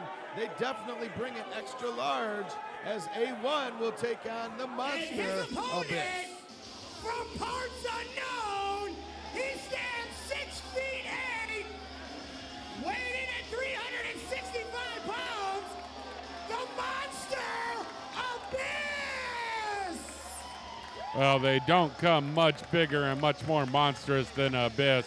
You can smell him from here, Harvey. It actually smells like suave conditioner to me, but I digress as we see the Abyss making his way to the ring of Primetime Wrestling here at Payback. This should be an interesting matchup as you see the unstable, I should say the mentally unstable Abyss with the very stable and very sure of himself A1. Mr. Class. And both of these competitors did not advance to the finals of our Elite 8 tournament at the last show, Harvey. Both of them feel they have something to prove to the fans here, and for that matter to the Kingpin, Dave Martin, that they deserve their spot near the top of the card in Primetime Wrestling. Well, A1 certainly showing some gall and some courage, shoving Abyss. Now Abyss shoving A1. He's not going to back down, to quote Tom Petty. Ladies and gentlemen, collar and elbow tie up now. Both men, I think, feeling out the strength abilities of each other here. Shoulder tackle, nothing doing. Another shoulder tackle. Again, neither man sent to the mat. And I'll tell you what, Harvey, I think we've got to give a bit of a strength advantage to the man monster Abyss. Definitely a little bit of a size advantage, and that's new territory for A1. He is not used to giving up anything in either of those categories. However, I do think that A1 has a slight edge here in terms of clarity of vision and just plain sanity. Well, A1 now is sent to the outside, trying to regroup there, as Abyss has taken the early advantage here. Referee Brian Shotwell administering the count here. Oh. Big chop by the monster Abyss. The tattoo freak here. Harvey, this is the kind of big man action that I like to see as a compliment to our King of the Cruiserweights tournament tonight. You get it all here, folks, in Primetime Wrestling. You get the fast-paced action. of Petey Williams and Chris Sabin in the finals of the King of the Cruiserweights. You get two gigantic monsters like A1 and Abyss, and you get our primetime champion Monty Brown facing local boy, the man beast Rhino. And let us not forget, Jim, still to come tonight, the Samoan submission machine, Samoa Joe, and the fallen angel, Christopher Daniels. So we've got a big night still to come as these fans in the front row at the Diamondback Saloon are treated to a special viewing of A1 and Abyss in their face, Jim. Oh, live, large and in charge. A little popcorn for Abyss. Oh. Now tasting the very disgusting and putrid smelling mat of the primetime wrestling ring. Uh-oh. Attempting now to, but he was attempting to drive the head of A1 into the ring post, but it was actually reversed, and it drove Abyss into that ring post full bore, Jim. Oh, and A1 now pressing that advantage, Harvey. Back in the ring with the action. Abyss on top of the situation. Looks like Abyss is actually on the bottom of A1's boot right now. I don't know how on top of the situation he is, but A1, again now, it looks like he's going to take a shortcut. He's unraveling some of that wrist tape, choking Abyss. Referee clearly should be disqualifying him at this point, Jim. For what, Harvey? Well, you saw, you're in the same vantage point as us, as myself. You can see he's using his wrist tape to choke the Abyss. I saw nothing of the sort, Harvey. You should stick with calling the action, my friend, and not let your fertile imagination run away with you here tonight. Well, wipe the crust from your eyes and get ready, because Abyss, any minute now, is getting ready to fire back and take the advantage. It's just unfortunate that A1 has to use that type of shortcut in primetime wrestling. A1 trying to take the big man monster up. Abyss now not having any of it. Big right hand, another big right hand, a third big right hand, but no, boot to the midsection, and A1 finally able to deliver that suplex. Oh, just the incredible strength of A1 to get the big man monster up and over with such authority. Well, I hate to doubt A1, but a quick suplex is not going to put away the man. Abyss here, the monster. It looks like Abyss here trying to get some room in betwixt the hands of A1 and his throat. Oh, and A1 just applying the leverage, applying the pressure, choking off that blood flow to the brain. You said it, it's choking. I think that the referee needs to take a look at this. Well, that would only be an illegal maneuver, Harvey, if in fact the blood normally flowed to the brain of Abyss. But since it does not, there's no illegal advantage here. Would you be serious, Jim? And again, you see A1 taking the shortcut, pulling the hair of the Abyss, bringing him down to the mat to keep the advantage. And Abyss has got to get something going here. He is just getting attacked viciously by A1, looking to make even a bigger name for himself here, Jim. Well, both of these men, as we mentioned, Harvey, have something to prove after disappointing finishes in the Elite 8 tournament at our last big show here in the Diamondback. They both have something to prove, not only to themselves, not only to the fans, but to the Kingpin, Big Dave Martin. And now you see Abyss trying to rally the capacity crowd here for Primetime Wrestling's Payback.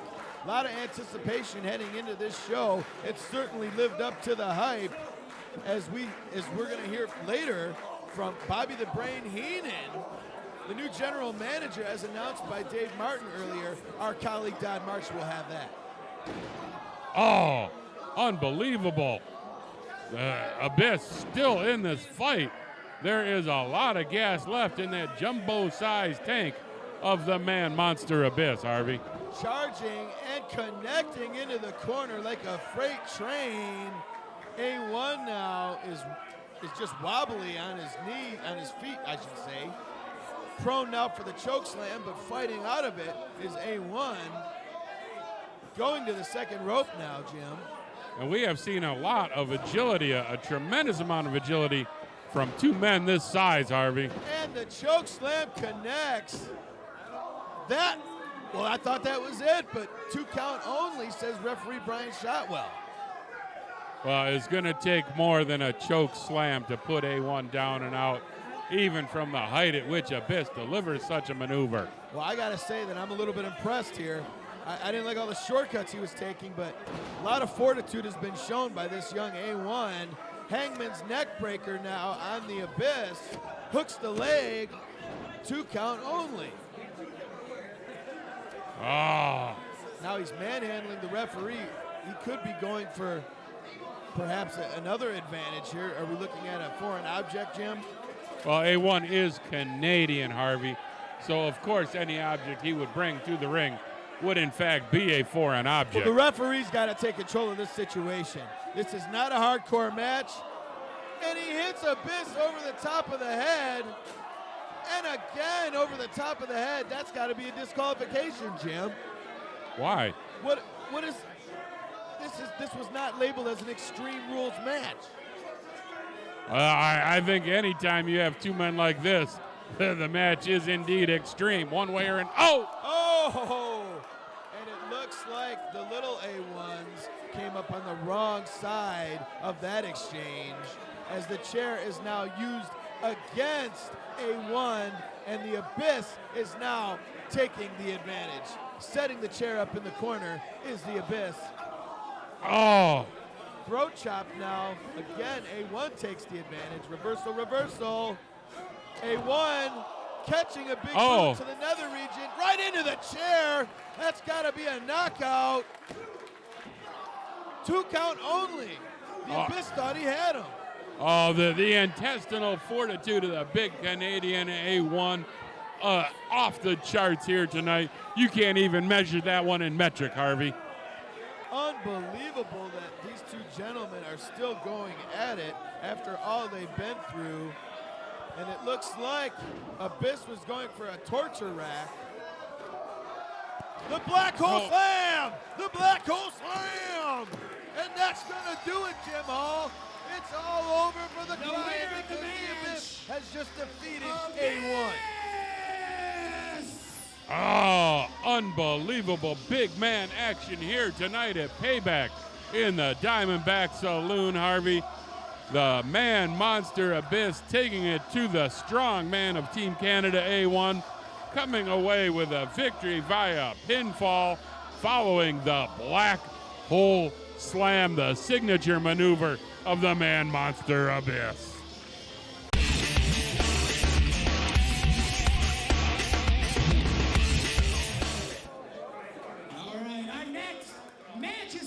For one fall, coming to the ring, weighing at 212 pounds, from the City of Angels,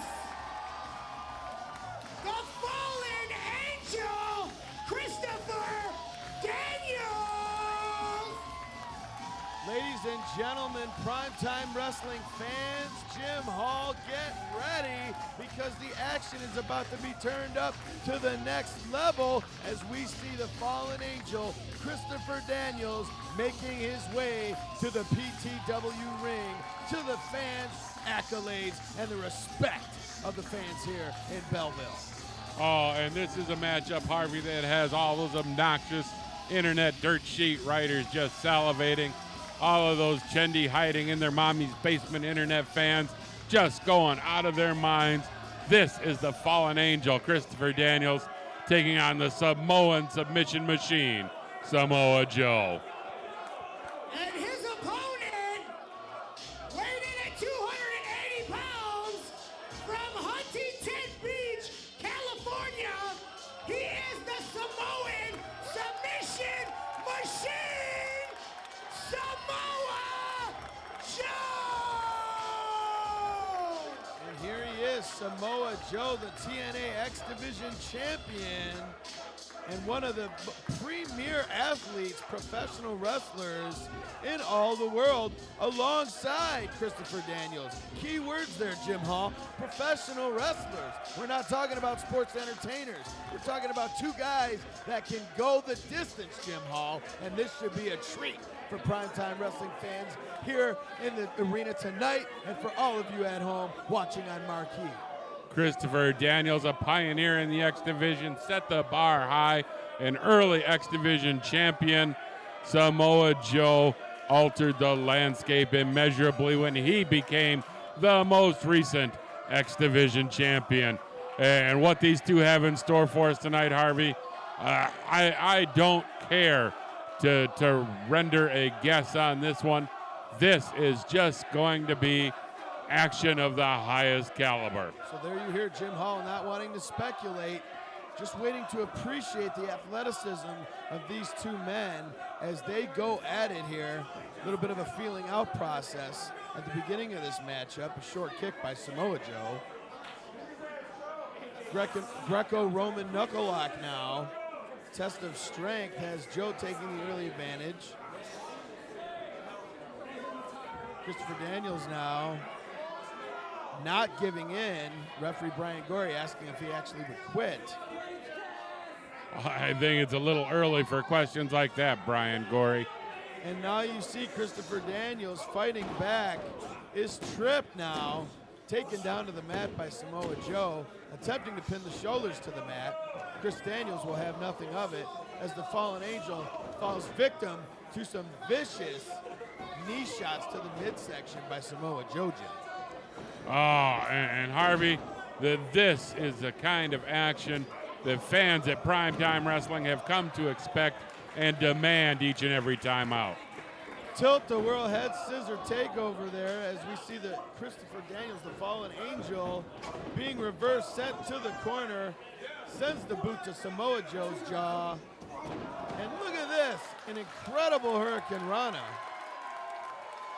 And Christopher Daniels has this capacity crowd unglued as he now takes the advantage with boots to the midsection on Samoa Joe.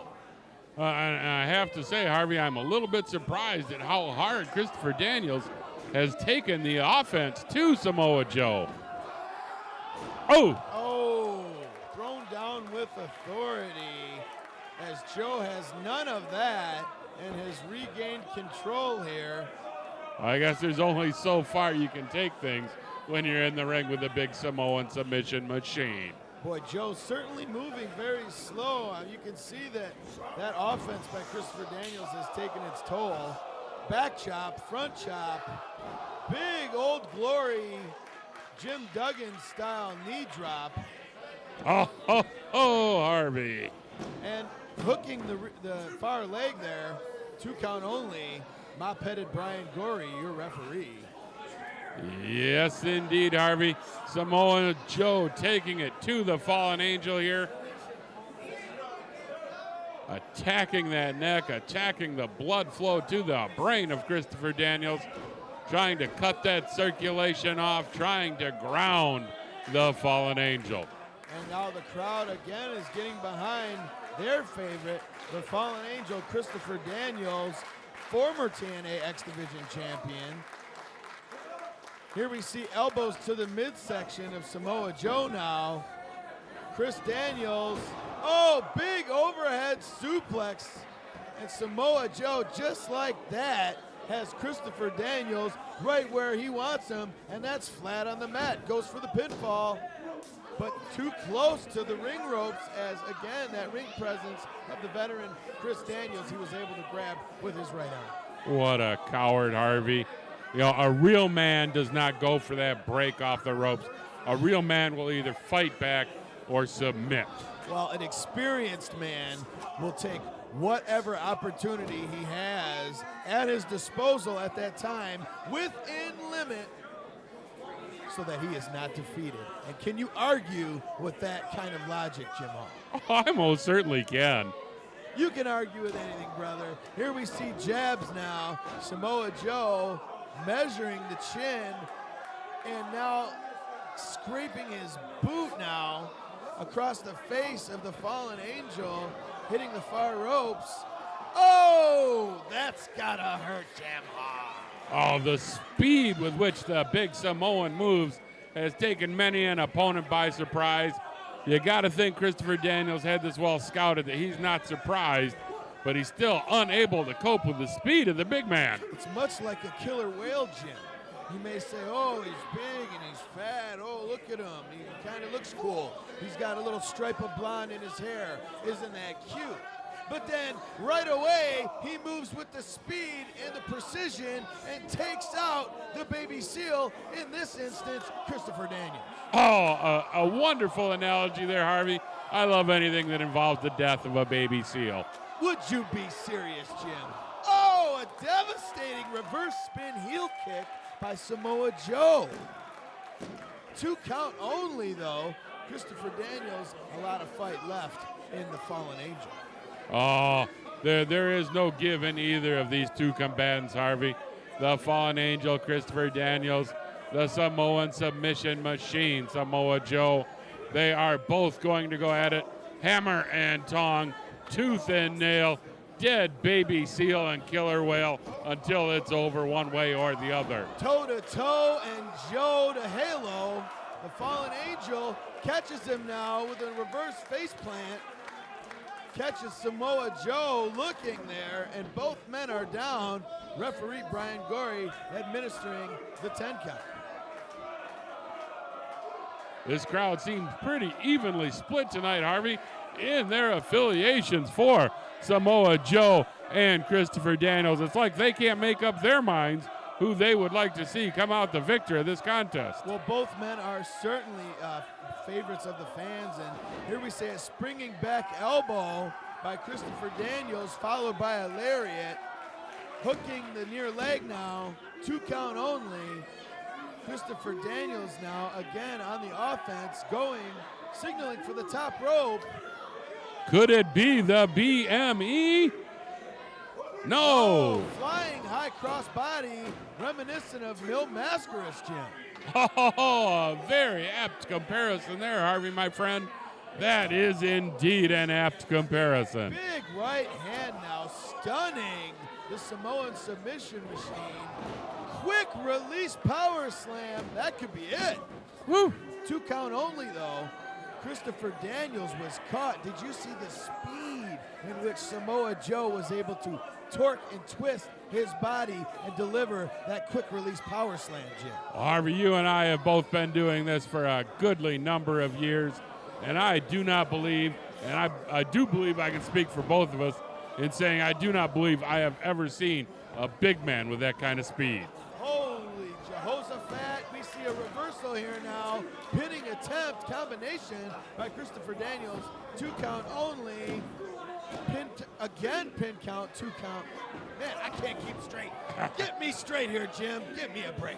Oh, I'll tell you what, the fallen angel has gone deep into his bag of tricks tonight, and he needs to stay up with the big Samoan submission machine. He is pulling out every stop. He is pulling maneuvers he has not tried since the days of Windy City Wrestling. He is going deep into the well to try and combat the size and the strength of the big Samoan. This fast and furious action, ladies and gentlemen, has there it is. There it is. And there it is. That could be it. The rear naked choke, the favorite finishing maneuver of the Samoan submission machine. No one fights out of this, Harvey. Not even the fallen angel. And it's all over with. The fallen angel did fight a valiant fight, but ultimately the winner with the rear naked choke, Samoa Joe. Well, and I hate to disagree with you yet again, Harvey, but I have to say that the ultimate winner in this contest, not Samoa Joe, not the fallen angel Christopher Daniels, but each and every one of these fans tonight in the Diamondback Saloon. Dodd March is next with Bobby Heenan.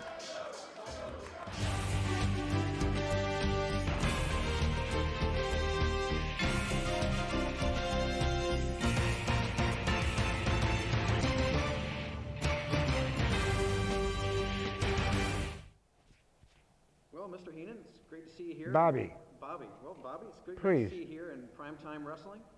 Here tonight in Michigan, Belleville, Michigan. And just wanted to say, just to ask you right off the bat, how you been doing? I was okay till I came here. It's cold. No, it's fine. I've been doing great. I have a little trouble with some speech, you know, because of my throat cancer. But other than that, I feel great. You look great. You sound great. I feel okay. Great to see you here. Great to see you here. Yeah. Love to sit down here and talk to you with some questions. Sure. Well, Bobby, who are some of your favorite wrestlers throughout your career? You know, everybody I managed were all different. And I had a lot of favorites, like Mr. Perfect. Kurt Hennig was one of my favorites. Andre was. John Studd. Haku. The Blackjacks. Baron von Raschke. I mean, I was very lucky. I managed some of the greatest people in this world. And I had the best time in my life. Never had a bad moment with any of them. Had a great time. It definitely showed. It definitely showed. Yeah. What does it mean to you to see the independent promotions such as Primetime Wrestling working so hard to put on a great show and give everything they can to the fans? Well, that's why I'm here. I enjoy this. This is how I started, with independent promotions. It wasn't independent then, but it was in a small armory or a high school gym, half a dozen people, $5 we'd make. But it was fun to do. And I see these kids now, they're working so hard and the fans love it.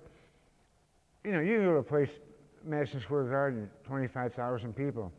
That's nice. But to see the faces here and these people and the kids working hard, that's what's good about the business. That's what I like about it. It gets me out of the house, too. Where do you see the wrestling industry going? Do you see it drifting more towards sports entertainment, or do you see it returning to a more athletic-based No, sports entertainment. Wrestling's a TV show. It's always gone up and down in hills and valleys, like any TV show. Wrestling has been on the air probably next to the news longer than anything, from the mid-40s. Someplace, sometime, there was always wrestling on TV. And wrestling, people always enjoy because of the glitz, the glamour, the hair, the robes, the obnoxious people like me and the nice people like somebody else. But they like that. And it'll always be on TV someplace. I believe that. What have been some of your favorite storylines or angles throughout your career, especially ones that have involved you? Well, Andre and Hogan. That was huge here in Detroit, 97,000 people in Pontiac. I did one with Pepper Gomez years ago in Indiana. We had Mexican strap matches and cage matches, and Pepper was a beautiful man. Stuff like that, you know, it draws money and gets your juices flowing. That's what's good. But that was probably it. Hogan and Andre, and that really had my juices going. And, you know, it was the biggest thing in anybody's life that was ever on that card. Yeah. Let's see. In your opinion, who are some of the wrestlers that you've been seeing lately who really catch your eye? There's Samoa Joe, big guy, I like him. Randy Orton. There's a lot of new guys coming up. And you know, you can watch them, but you have to wait a couple of years to see. You can judge now, but if they stay, then you can tell. If they stay, they'll learn. And when they learn, they'll grow. And that's the whole thing. If they only last 2 years and quit, doesn't matter. It's like a waitress at a Waffle House. They come and go. If you're ever approached to do, say, a TV show, a sitcom, kind of a remake of The Odd Couple with Mean Gene Okerlund, would you do something like that? Of course. You guys had? Of course. Gene is the best. And to play with him on TV and get paid for it, I'd love it. Of course I would do it. No, Gene is the best pitch man in the business, in any business. Better than Ed McMahon. Don't forget, Ed McMahon had a Tonight Show to roll off of. Gene can get more out of a person than anybody. He can, if you don't know how to do an interview and stand there and freeze, Gene can make the interview. He's that good. He's the best. Can't stand them. So what are your opinion on male managers? Well, there's not that many anymore. It's all ladies now with the nice bodies. Oh, excuse me, my pocket's ringing.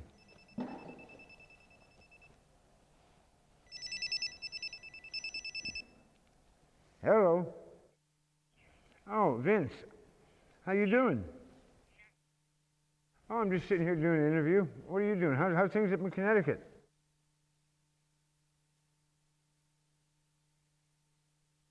Okay, I'll do that. Okay, no, I can't make it. I'm here in Detroit doing this. Yeah. Oh, okay, Vince. Yeah. Yeah, say hello to Linda. This is my cousin Vince. What would we say about the male managers? Well, you know, there are none. And they have women managers now, which I like women. And they're beautiful to look at. But you take all their clothes off, they all look the same. And you can't beat them up. You can't throw them into a cage. You can't power drive them. You can't hurt them like you can a guy. So they lose that effect. All my career, everybody wants to see them get their hands on me. If you get your hands on a woman, you can't really body her or hurt her. I mean, it kind of blows the blow off, you know? It's not there. They're attractive and they're pretty, but if you see 2, you've seen 10, you know what I mean? There's no difference. They're all just fluff. How was it being in the thick of when, speaking of male managers, you were in the thick of when there were some of the classic male managers all working at the same time and almost formed an alliance with you and Mr. Fuji, going earlier than that with the Grand Wizard. There was a Wizard, there was Fuji, there was myself, there was Blasty, there was Albano, there was Jimmy Hart, there was Slick, there was Paul Ellering, there was the coach. There were a lot of managers. I'm the only one that did 97,000 people at Pontiac Stadium. I managed Andre the Giant. Jim Cornette's a great manager. A lot of great managers, but no one did what I did. And that's fine. But I was lucky. I was in good places with good talent is where it was. So. Certainly a lot of fun to watch. Yeah, it was fun to do. Well, Bobby, it's been great interviewing you. It's been a real honor, real pleasure. No, it's not been that much fun for me. Oh. It's cold here. The lights are hot. I don't even know who you are. I'm missing my wallet. What the hell happened here?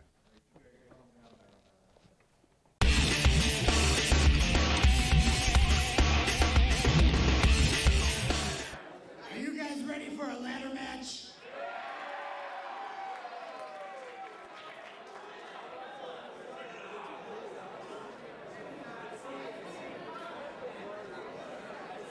This next match will be a ladder match. Coming to the ring first, weighing in at 190 pounds, he is the captain of Team Canada from Windsor, Ontario, Canada, Petey Williams. Oh, Harvey, we are back. Jim Hall, your independent wrestling expert, alongside the voice of wrestling professionally, Harvey Schmitz. And oh my, look at the tremendous attributes coming to the ring here tonight. This is the final of our King of the Cruiserweights title competition here. The tournament brought to you by Primetime Wrestling, Border City Wrestling. This is a ladder match, Harvey. $10,000 to be put in a steel-clad briefcase and suspended high above the ring. No submissions, no pinfalls. The only way to score the victory is to pull the money down from the rafters. Well, the stakes are high, Jim Hall, and I can tell you that, to be honest, I'm a little bit nervous as we see that briefcase filled with $10,000 being attached high above the Diamondback Saloon, above that formidable ladder. And the reason why I'm nervous, Jim Hall, is because we want to see Brian Green fall on his ass? Would you please? No, Jim, it's because anytime you have a volatile instrument of destruction like a ladder involved in a professional wrestling match, you can see injuries. And I would hate to see a career ended short in this kind of a matchup, but I'll tell you, the stakes are high, and Petey Williams is ready. He's got Traci Brooks by his side, and he's going to be taking on the likes of Chris Sabin here for the finals of the King of the Cruiserweights. Oh, this has been an incredible tournament. To recap for the fans, the opening contest was scheduled to be Petey Williams taking on the Amazing Red. In the words of the Kingpin, Dave Martin, red was yellow, and thus Petey Williams, who should have had a bye into the finals, instead nobly accepted an open challenge to the back, answered by the young Canadian Flying Phil Atlas. Petey Williams was able to put him down, leading to the second qualifying match. Chris Sabin, the future, managed to, as I predicted so ably, defeat Alex Shelley in that semifinal round. Yeah, he's not fooling anybody, fans. We know that he's taken his word back, but that's regardless of the fact, because we have hot action here as Chris Sabin, a series of reversals, has the wrist lock now on Petey Williams, reversed by Petey Williams. And the Canadian Destroyer is back on top of things with the hammerlock. Oh, tremendous, tremendous fast-paced action here tonight. Harvey, you have got your work cut out for you. You are going to earn your pay trip to the window tonight. This is going to be non-stop action of the finest prime time kind. Petey Williams smartly to the rope, forcing the break there. Oh, and Traci Brooks there at ringside. Wait, Jim, I need to address something with you. How come when it's somebody that you're favoring, it smartly goes to the ropes, but I bet if Chris Sabin did the same thing, you would call him a coward? Oh, he would be. Would you please, Jim? I just can't understand your logic. But here we see the Greco-Roman knuckle lock applied as the two finalists go toe-to-toe. Big shoulder block, neither man giving in, It's both like, dropping down. It's like we're watching mirror images here, Harvey. Ducking clotheslines here, going for the boot. They're both hopping, reminiscent of Zach Gowen here. Placing each other's legs down. What a standoff, Jim Hall. What a fine show of sportsmanship here, Harvey, from these two tremendous competitors. You see the respect that they have for one another. Again, off to the races to get control of that ladder. Right hand now by Chris Sabin, followed by another. They're battling it out on the stage here. They're near that drum riser, Jim Hall. And Chris Sabin getting the early advantage, getting that ladder back into the ring. But it cost him, as you see Petey Williams now able to take the advantage. But just that quickly, Chris Sabin reverses. Oh, the ebb and flow of this action, Harvey, off the charts, as we've expected in the finals of such a prestigious tournament as this King of the Cruiserweight tournament. And a big modified Vader bomb into a twisting elbow drop. Oh! Releasing the ladder, Chris Sabin now letting gravity do its work for him. Well, Chris Sabin needs to keep his eyes on the prize here.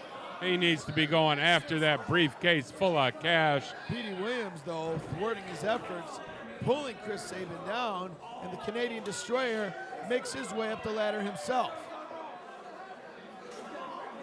Oh, Sabin with a handful of trunks there, Harvey. Those were two solid shots to the lower back. Would you be serious, Jim? And here we see a rolling pinning attempt. Boot to the midsection by Petey Williams now.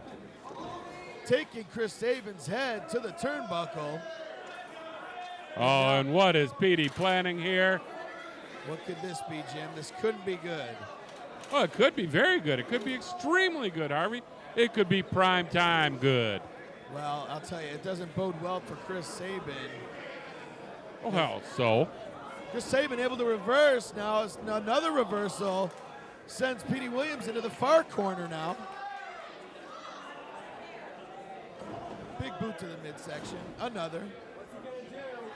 He's setting him up for here, Harvey. Oh! Oh, and a drop toe hold sends Chris Sabin face and arm first into that aluminum ladder, that is going to leave a mark, Jim. Oh, not only that, but by messing with the appendage of Chris Sabin there, he has destroyed a portion of the future's equilibrium, which is going to make any acrobatics on the top of that ladder just that much more difficult. Chris Sabin will be a one-handed man if he can make it to the top of that ladder. Well, I'll tell you, it looks like Chris Sabin is out on his feet, and who can blame him? Petey Williams taking advantage, a couple of forearm shots.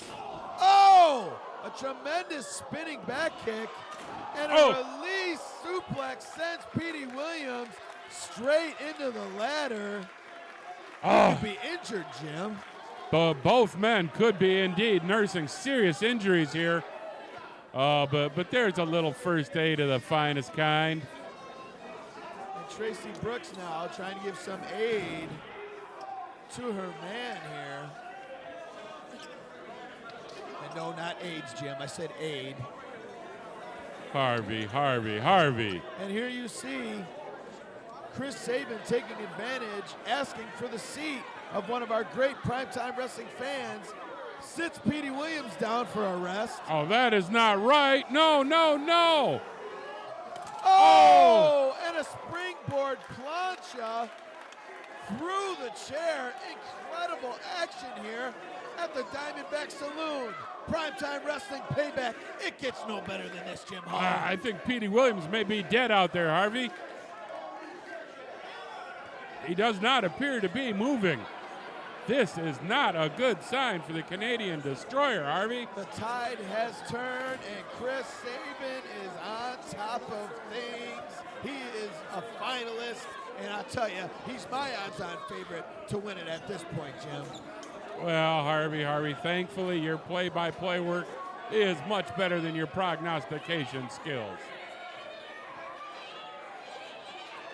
And now we see Chris Sabin setting the ladder up in the middle of the ring. Petey Williams, however, with a chair up from ringside, taking the shortcut. Oh! Now taking it to the breadbasket, if you will. Oh, Chris Sabin's aliens are stung there. Ooh. And we hear the ever-lovely Traci Brooks cheering Petey Williams on, admonishing him, come on, Petey, get it up, Petey.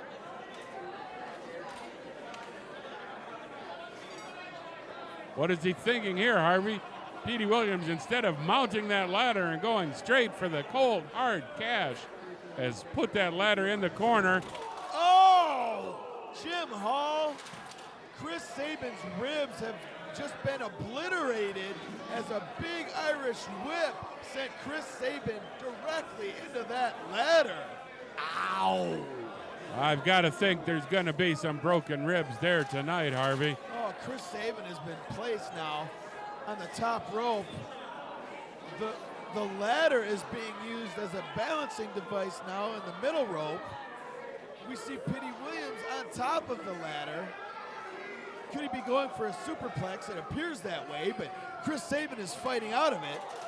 Oh! Crotching himself on the ladder. Oh, that is just not pretty. That is not pretty. And I'll tell you what, he's going to be madder than a dog in a hubcap factory. Harvey. Oh, what barnyard did you escape from this afternoon, my friend? I digress. This action has just got me going bonkers, Jim Hall. It is incredible, Harvey. It is off the top of the chart. And maybe our yeah, come on, cameraman. Our Calm switcher down, in buddy. the field. Calm down, buddy. Towel off there, sport. Take a cold shower. We're looking at the finals of the King of the Cruiserweights tournament. $10,000 is at stake, as well as the prestige of being the King of the Cruiserweights. Now, Chris Sabin once again with that foreign object in the corner, setting up that. Oh, no! Oh, Air Sabin. Did you see the hang time on that? Delivering an explosive drop kick, utilizing that chair into the butt of the chin of Petey Williams, giving Chris Sabin the ample enough time to set up that ladder and go for the cash. Oh, and they measured the height of that flight in kilometers, Harvey. And you know, kilometer is Canadian for mile. And here you see now, actually being stopped on his way, Petey Williams with a big power bomb from the ladder, landing Chris Sabin to the mat. Chris Sabin looks like he's tending to his neck there. That could be bad news. He hit hard. He landed square on that neck. That's the kind of crippling injury that has ended many a career, Harvey, and it may just have done that for the future Chris Sabin tonight. Well, the good thing is we can see movement now, so it appears it must not be as serious as we thought, but Chris Sabin back on his feet, only to be scooped up, tied to that ever-popular tree of woe here tonight, Jim Hall. The maple tree of woe. Oh, Canada. Oh, I love when we have a little sing-along, Harvey. Well, now that my eardrums are bleeding and Chris Sabin is actually mounting a comeback, throwing Petey Williams to the mat. Both men are down now, and now we see Traci Brooks in the ring, climbing the ladder. Jim, what is she doing? Is she going to grab the money? She might as well. Neither of these guys. Is this a money shot? Yes, indeed it is, Harvey. Oh, what is Chris Sabin doing? Unhand her, you cad. And both of these gentlemen playing peekaboo here, chopping one another. And those chops diminishing somewhat in their effect and authority. Chris Sabin, I think that he's seen kryptonite, and that kryptonite is underneath the skirt of Traci Brooks. Oh, Petey Williams taking advantage of the distraction to remove Chris Sabin physically and bodily from the ring. Unbelievable. Chris Sabin distracted. And of course, you know, that's what Traci Brooks is there for, and this is exactly what I feared. But Chris Sabin is able to regain his wits about him. Now these two gentlemen, both on either side of the ladder, exchanging blows, right hand after right hand. Both of them at the same time. A double face plant, both men are down.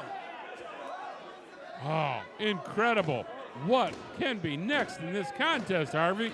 We have pretty much seen all of it. Well, not exactly all of it, but our camera guy got pretty close to getting all of it. Somebody is going to be $10,000 richer at the conclusion of this matchup. I hope it's going to be Chris Sabin. He's worked long and hard for it. I frankly believe he deserves it. He hasn't taken any shortcuts. He hasn't had any interference like this Canadian knucklehead. And here we see Chris Sabin now attempting Irish whip. Reversal. Oh, and Chris Sabin sent to the ladder. Big twisting tornado DDT. This could give Petey Williams ample time to reach that $10,000 suitcase. Well, I must say, Harvey, I am disappointed in you showing bias and favoritism, picking someone you would like to see win. Oh, come on. You're going to tarnish my good reputation as the independent wrestling expert and an unbiased observer of the human wrestling condition. Well, isn't that the pot calling the kettle black? And here we see a running bulldog utilizing that chair. Very innovative. However, it is a foreign object. I believe that the rules have been relaxed a little bit because this is a ladder match, Jim. I believe that is an American folding chair, not a Canadian folding chair. Thus, it is not a foreign object in any stretch of the imagination. It is indeed a domestic object. If that's true, then if that is a Canadian chair, that's actually only the equivalent of about, what, 3/4 of a chair? Okay. And here you see now Petey Williams scoop slam on Chris Sabin. Until we had PST and GSTA. Take off, you hoser. I digress, Jim. You got me going here. And here you see Petey Williams now climbing to the top rope. Chris Sabin will have nothing of it, climbing the ladder near that far side of the ring. Both of these men high above the canvas surface of this ring. This is dangerous, Jim. Higher yet above the hardwood dance floor lying underneath the ring here in the Diamondback Saloon. Now throwing that ladder, just kind of busting it into the face. Oh, there it is. The Canadian Destroyer out of nowhere.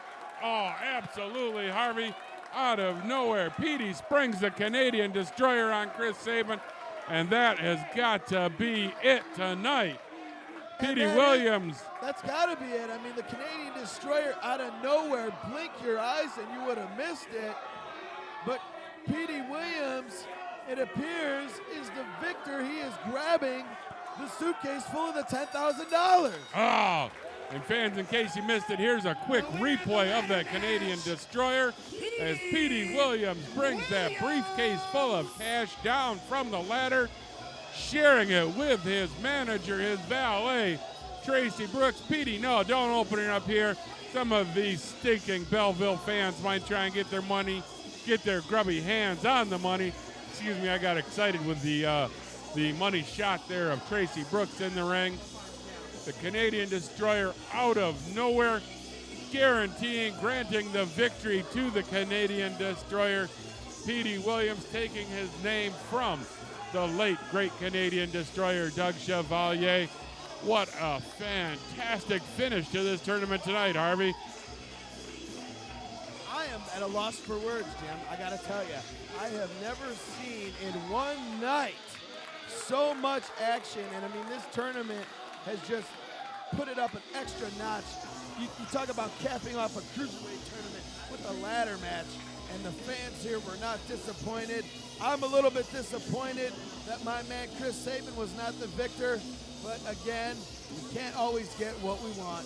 But if you try sometimes, you just might get what you need, and that's a payback for primetime wrestling. I'm going to have to duck to the back here real quick and see if I get what I need from oh, never mind. Main event time.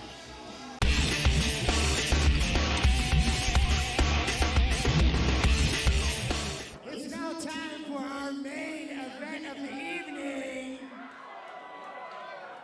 It is for the PTW Heavyweight Championship.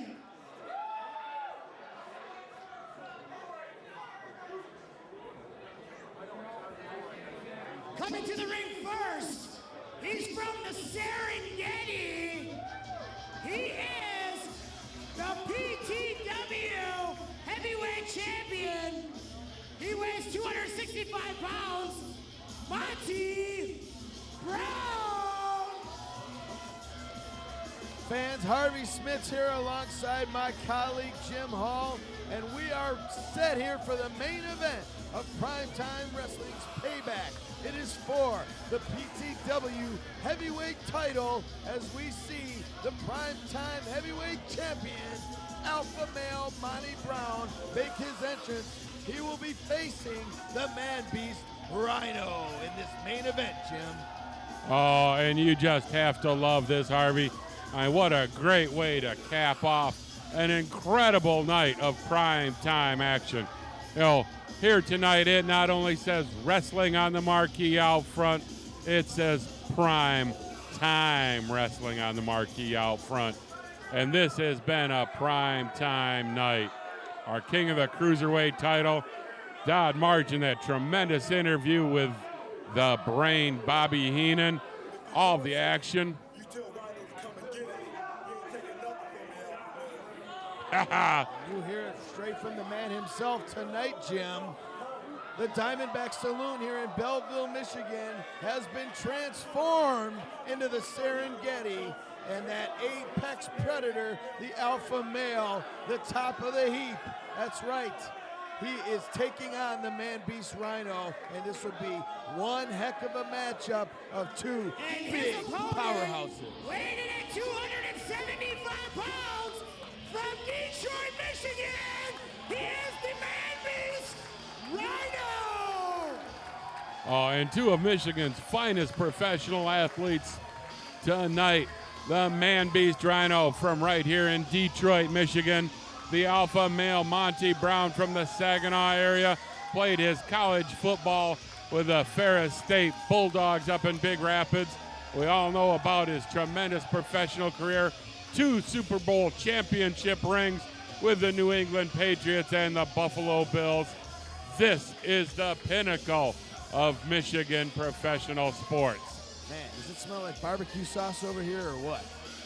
Ladies and gentlemen, I digress. The man-beast Rhino takes the stage in the squared circle. You can see he is amped, and he is a product of Dearborn, Michigan. Again, as you mentioned, Jim, and these two important Michigan wrestlers are at the top of their game. They've seen international competition, and now they're on the biggest stage of them all in Michigan, and that's Primetime Wrestling for Payback. Oh, it gets no bigger than the Primetime Wrestling Heavyweight Championship, and that is what we've got tonight.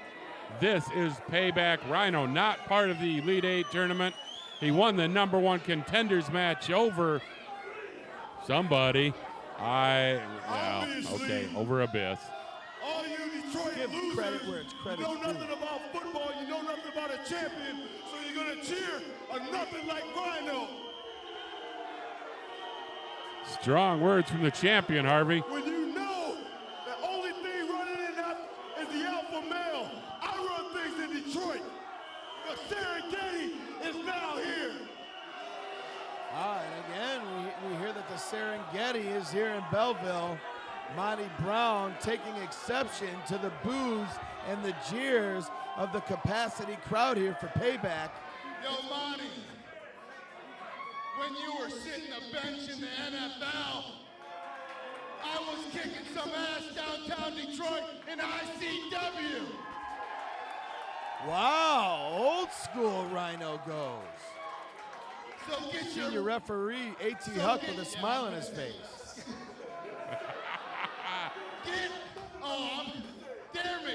Dare me one more time. Okay, I screwed up, all right?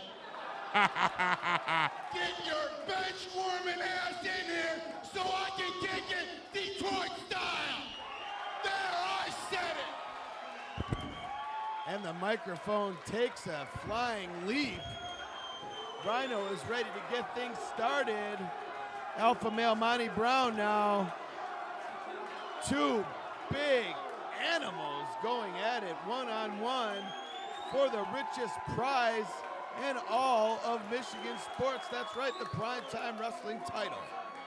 It gets no bigger than this, Harvey, and you couldn't ask for a higher level of competition than what we have right here.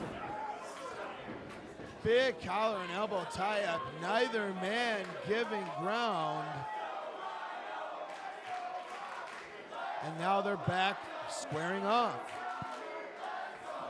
Another lockup here. This hot crowd seems to be partially split between Rhino and the champion Monty Brown. Now that's a serious side headlock applied by the alpha male Monty Brown. Rhino now making his way back up to a vertical base. Couple of short jabs here to the midsection. Big shoulder tackle, but neither man finding the mat. Unbelievable, the power, the speed, the authority of these two men. Pardon me, Jim. Picture, if you will, two tanks, two brick walls, two bison, two ox that are just tremendously powerful, meeting in the middle of the squared circle. This is not the irresistible force in the immovable object tonight, Harvey. This is two irresistible forces going at it. And two immovable objects. I have to agree with you there, Jim. Well, of course you do. I am the expert. Would you be serious? Rhino now clapping, getting this capacity crowd. They're fired up for this main event, and so am I, Jim Hall. Oh! Monty Brown now with a quick boot to the midsection. Rhino fighting back with a chop and a series of right hands. Irish whip now to the corner. Big spear into the corner. Not quite the gore that we normally see from Rhino, but a quick spear, and that will take the wind out of you with a quickness now. Monty Brown being sent to the outside. And Rhino is most dangerous on the outside, Harvey. He has a tremendous amount of experience brawling on the outside.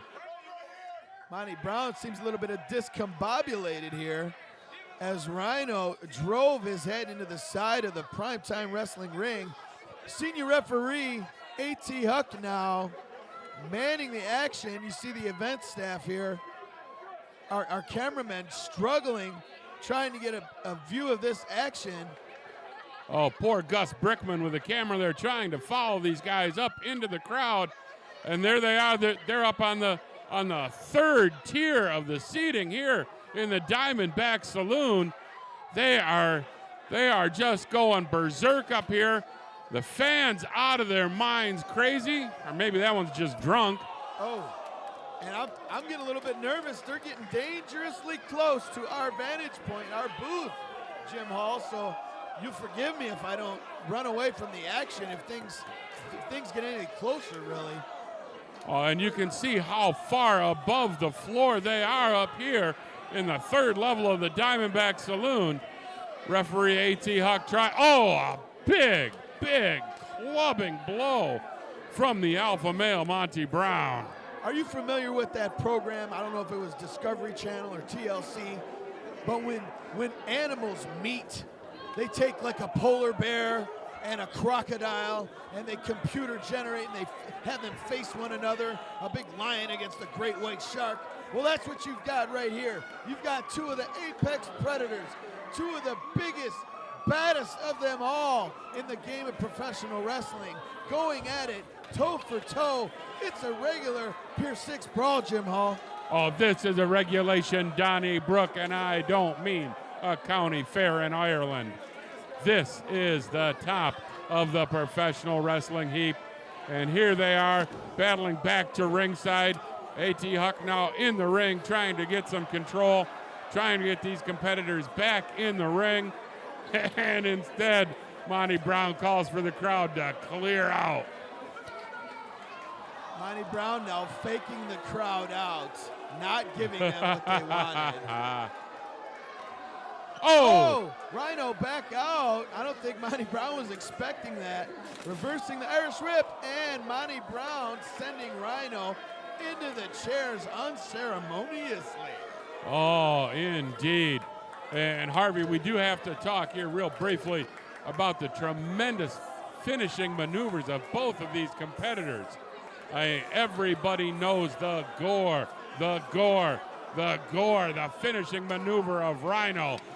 And let us not in any way discount the fantastic finisher of the alpha male Monty Brown.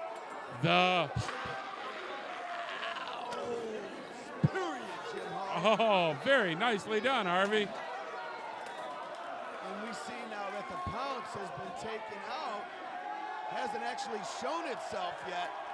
As Rhino, a little bit more familiar to Rhino's taste, is that table that he is now inserting into the ring. And you can hear these fans chanting ECW, remembering Rhino's legacy, former ECW. In fact, never was defeated, the final ECW heavyweight champion. He is indeed the last ECW champion in the history of that fine promotion. But tonight, Jim Hall, he is trying to take the Primetime Wrestling title. Oh, and nostalgia is great for ECW, but that promotion is dead and gone. PTW now is on the top of the wrestling food chain. And it is thriving, and fans, thank you for buying this DVD. Thank you for being with us here tonight at this wonderful event. PTWWrestling.com, MarqueeWrestling.com, your source for all things great professional wrestling. I'm Tony the Tiger, ladies and gentlemen. Just in case we needed one more predator on the Serengeti, my partner calls up his favorite cartoon tiger. Monty Brown now mocking the crowd's approval of Rhino, and I don't know if that's a smart game plan, but regardless, Monty Brown does have the champion's advantage. Oh, what a fine point to bring up here, Harvey. That is right. There will be, as always is in a championship match, the champion's edge. Monty Brown possessing it in that the title cannot change, folks, by disqualification. So should A.T. Huck be forced to disqualify either of these competitors, Monty Brown walks out retaining the gold here tonight in the Diamondback Saloon. And a devastating belly-to-belly, and you hear the crowd calling for it. This could be. They They're want going it. for that gore, Jim Hall. Oh, Monty Brown sidesteps. And Rhino drives himself through the table. It explodes into about 1 million pieces. And the alpha male is looking to now capitalize. Oh, a serious miscalculation on the part of Rhino. Monty Brown. Oh! How did he kick out of that? I think he'd be knocked out, Jim. Oh, Monty Brown is just as aghast as you and I, Harvey. Unbelievably, Rhino got that shoulder up on the 2 count. Now Monty Brown taking the shortcut and choking Rhino. Certainly, I don't know that he needs to take that tactic. I mean, with his size and strength and ability. Single arm DDT now. And why shouldn't he take the shortcut if it guarantees that he continues to hold the gold here in PTW, Harvey? And wrenching on that arm is the Primetime Wrestling Heavyweight Champion. That's the champ right there. Monty Brown, the alpha male, wrenching on that arm. A couple of strikes. Maybe he's looking for a submission here, Jim. That could very well be. I mean, that would be an interesting and unexpected way to finish the evening here. A submission victory for the alpha male would indeed demonstrate his dominance of the Serengeti, as he calls the canvas here in the Diamondback Saloon. I don't think that those taps were quite the taps that Monty Brown was looking for, as Rhino is able to fight back with the help of that, again, that silent tag, not quite so silent, but that tag team partner of his, and that's the crowd. His hometown is really behind Rhino, and you can see that he's still got life. He's got that leg twitching, and as long as he's got air in his lungs and life in his heart, he's gonna live and he's gonna fight. He's gonna try and get that Primetime Wrestling Heavyweight title. Well, we expect no quarter given. None expected, none given in this contest between these two. Indeed, fighting competitors. And now a rapid succession of right hands by Rhino. Reversed, explodes with a flying clothesline and a back elbow now. Rhino with the advantage. Irish whip to Monty Brown into the corner. Spear into the midsection. Belly to belly suplex. Hooks the leg. 2 count only, as Rhino is now really mounting an impressive showing of offense, Jim. Oh, quite a comeback. I mean, what a recovery from going through that table to scoring a near fall. Oh, and Monty Brown now muscling the big man Rhino over with that double arm suplex. And now Monty Brown has dropped the straps. He is ready to go. He wants it. He can taste it. He can feel it, Harvey. And he hits the pounce. Oh, and that's got to be it, Harvey. That's the finish. That is the end of this match. Monty Brown has hit his finisher, the pounce. Here we go. 1, Have 2, we seen a 3. period? No period. We saw the pounce, but we did not see the period as this matchup continues, and Rhino able to get the right shoulder up to avoid the 3 count. Not much more than a comma there, Harvey. Basically not even approaching a semicolon. Monty Brown is in a state of shock. He believes that referee A.T. Huck should have had that 3 count there. Rhino still battling to his feet while Monty Brown presses his advantage. Irish whip now reversed, but looking to throw, and unfortunately, our senior referee had been taken out. And now, unfortunately, it looks like the gore that was delivered by Rhino onto Monty Brown took the referee out even further, Jim. Well, Rhino has no one to blame but himself on this. Had he not positioned referee A.T. Huck in harm's way, he would have a referee. Oh, what is this? What's going on here? The Abyss. Abyss is out here now attempting a chair shot to Rhino, but it's thwarted. Irish whip reverse now. Black hole slam by Abyss. What is his motivation here of attacking Rhino, Jim? Well, this is indeed payback, Harvey. Payback in that Rhino defeated Abyss in that #1 contenders match. Abyss feels rightfully he should be in this contest facing Monty Brown. He is not, and he wants payback for that defeat. Oh!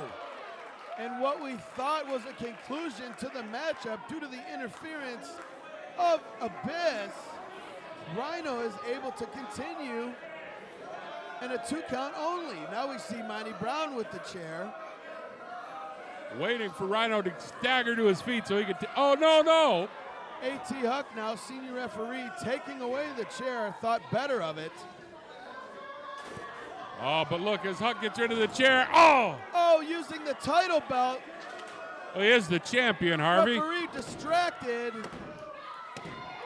And the 3 count, ladies and gentlemen, Rhino has been knocked out. The winner of the match, via the Primetime Wrestling Heavyweight title belt. Monty. This stinks. I can't stand this. This sickens me. Well, Harvey, you predicted it. You prognosticated correctly that champion's edge, the champion's advantage. Monty Brown, yes, you may want to call that a disqualification of sorts, but the net result is the same. Monty Brown, the alpha male, regardless of what Abyss thinks, still your PTW heavyweight champion. And now Rhino taking exception, swinging that chair like he's Al Kaline reaching for the fences, Harvey. Well, ladies and gentlemen, your champion still the alpha male, Monty Brown. Your new king of the cruiserweights is Petey Williams. What does Dave Martin have to say?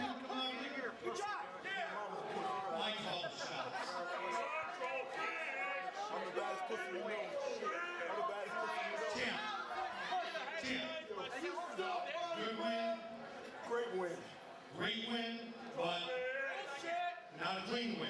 What do you mean? 1, 2, 3. Yo. I call the shots. You were an ass out here.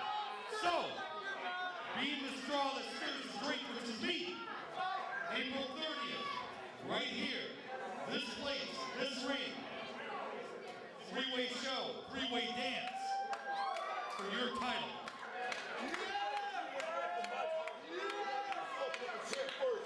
1, 2, 3, 3-way dance. April 30th. First of all, you didn't consult with the champ. You didn't consult with. If I want to shut up, you make the alpha male shut up. If not, stay in the stands, punk. Drink your beer, look fat, and try to be like this. Anyways, before I was so rudely interrupted, you're gonna make a 3-way dance? Tell you what, I don't know about Rhino, I don't know about Abyss. The alpha male doesn't do any jigs, but you put me in a 3-way dance, and I'm taking out all competition. And you want to know how I'm gonna take them out? Hold, make yourself some use, hold on to that. Get your cameras ready.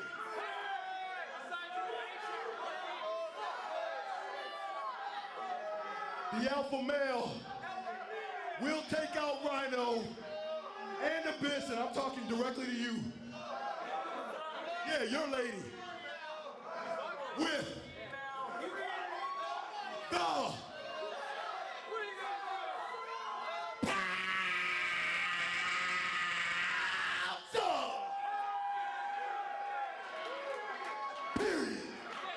Oh, and that wraps it up, fans. For Harvey Schmitz, for Dodd March, I'm Jim Hall. Thank you, thank you, thank you.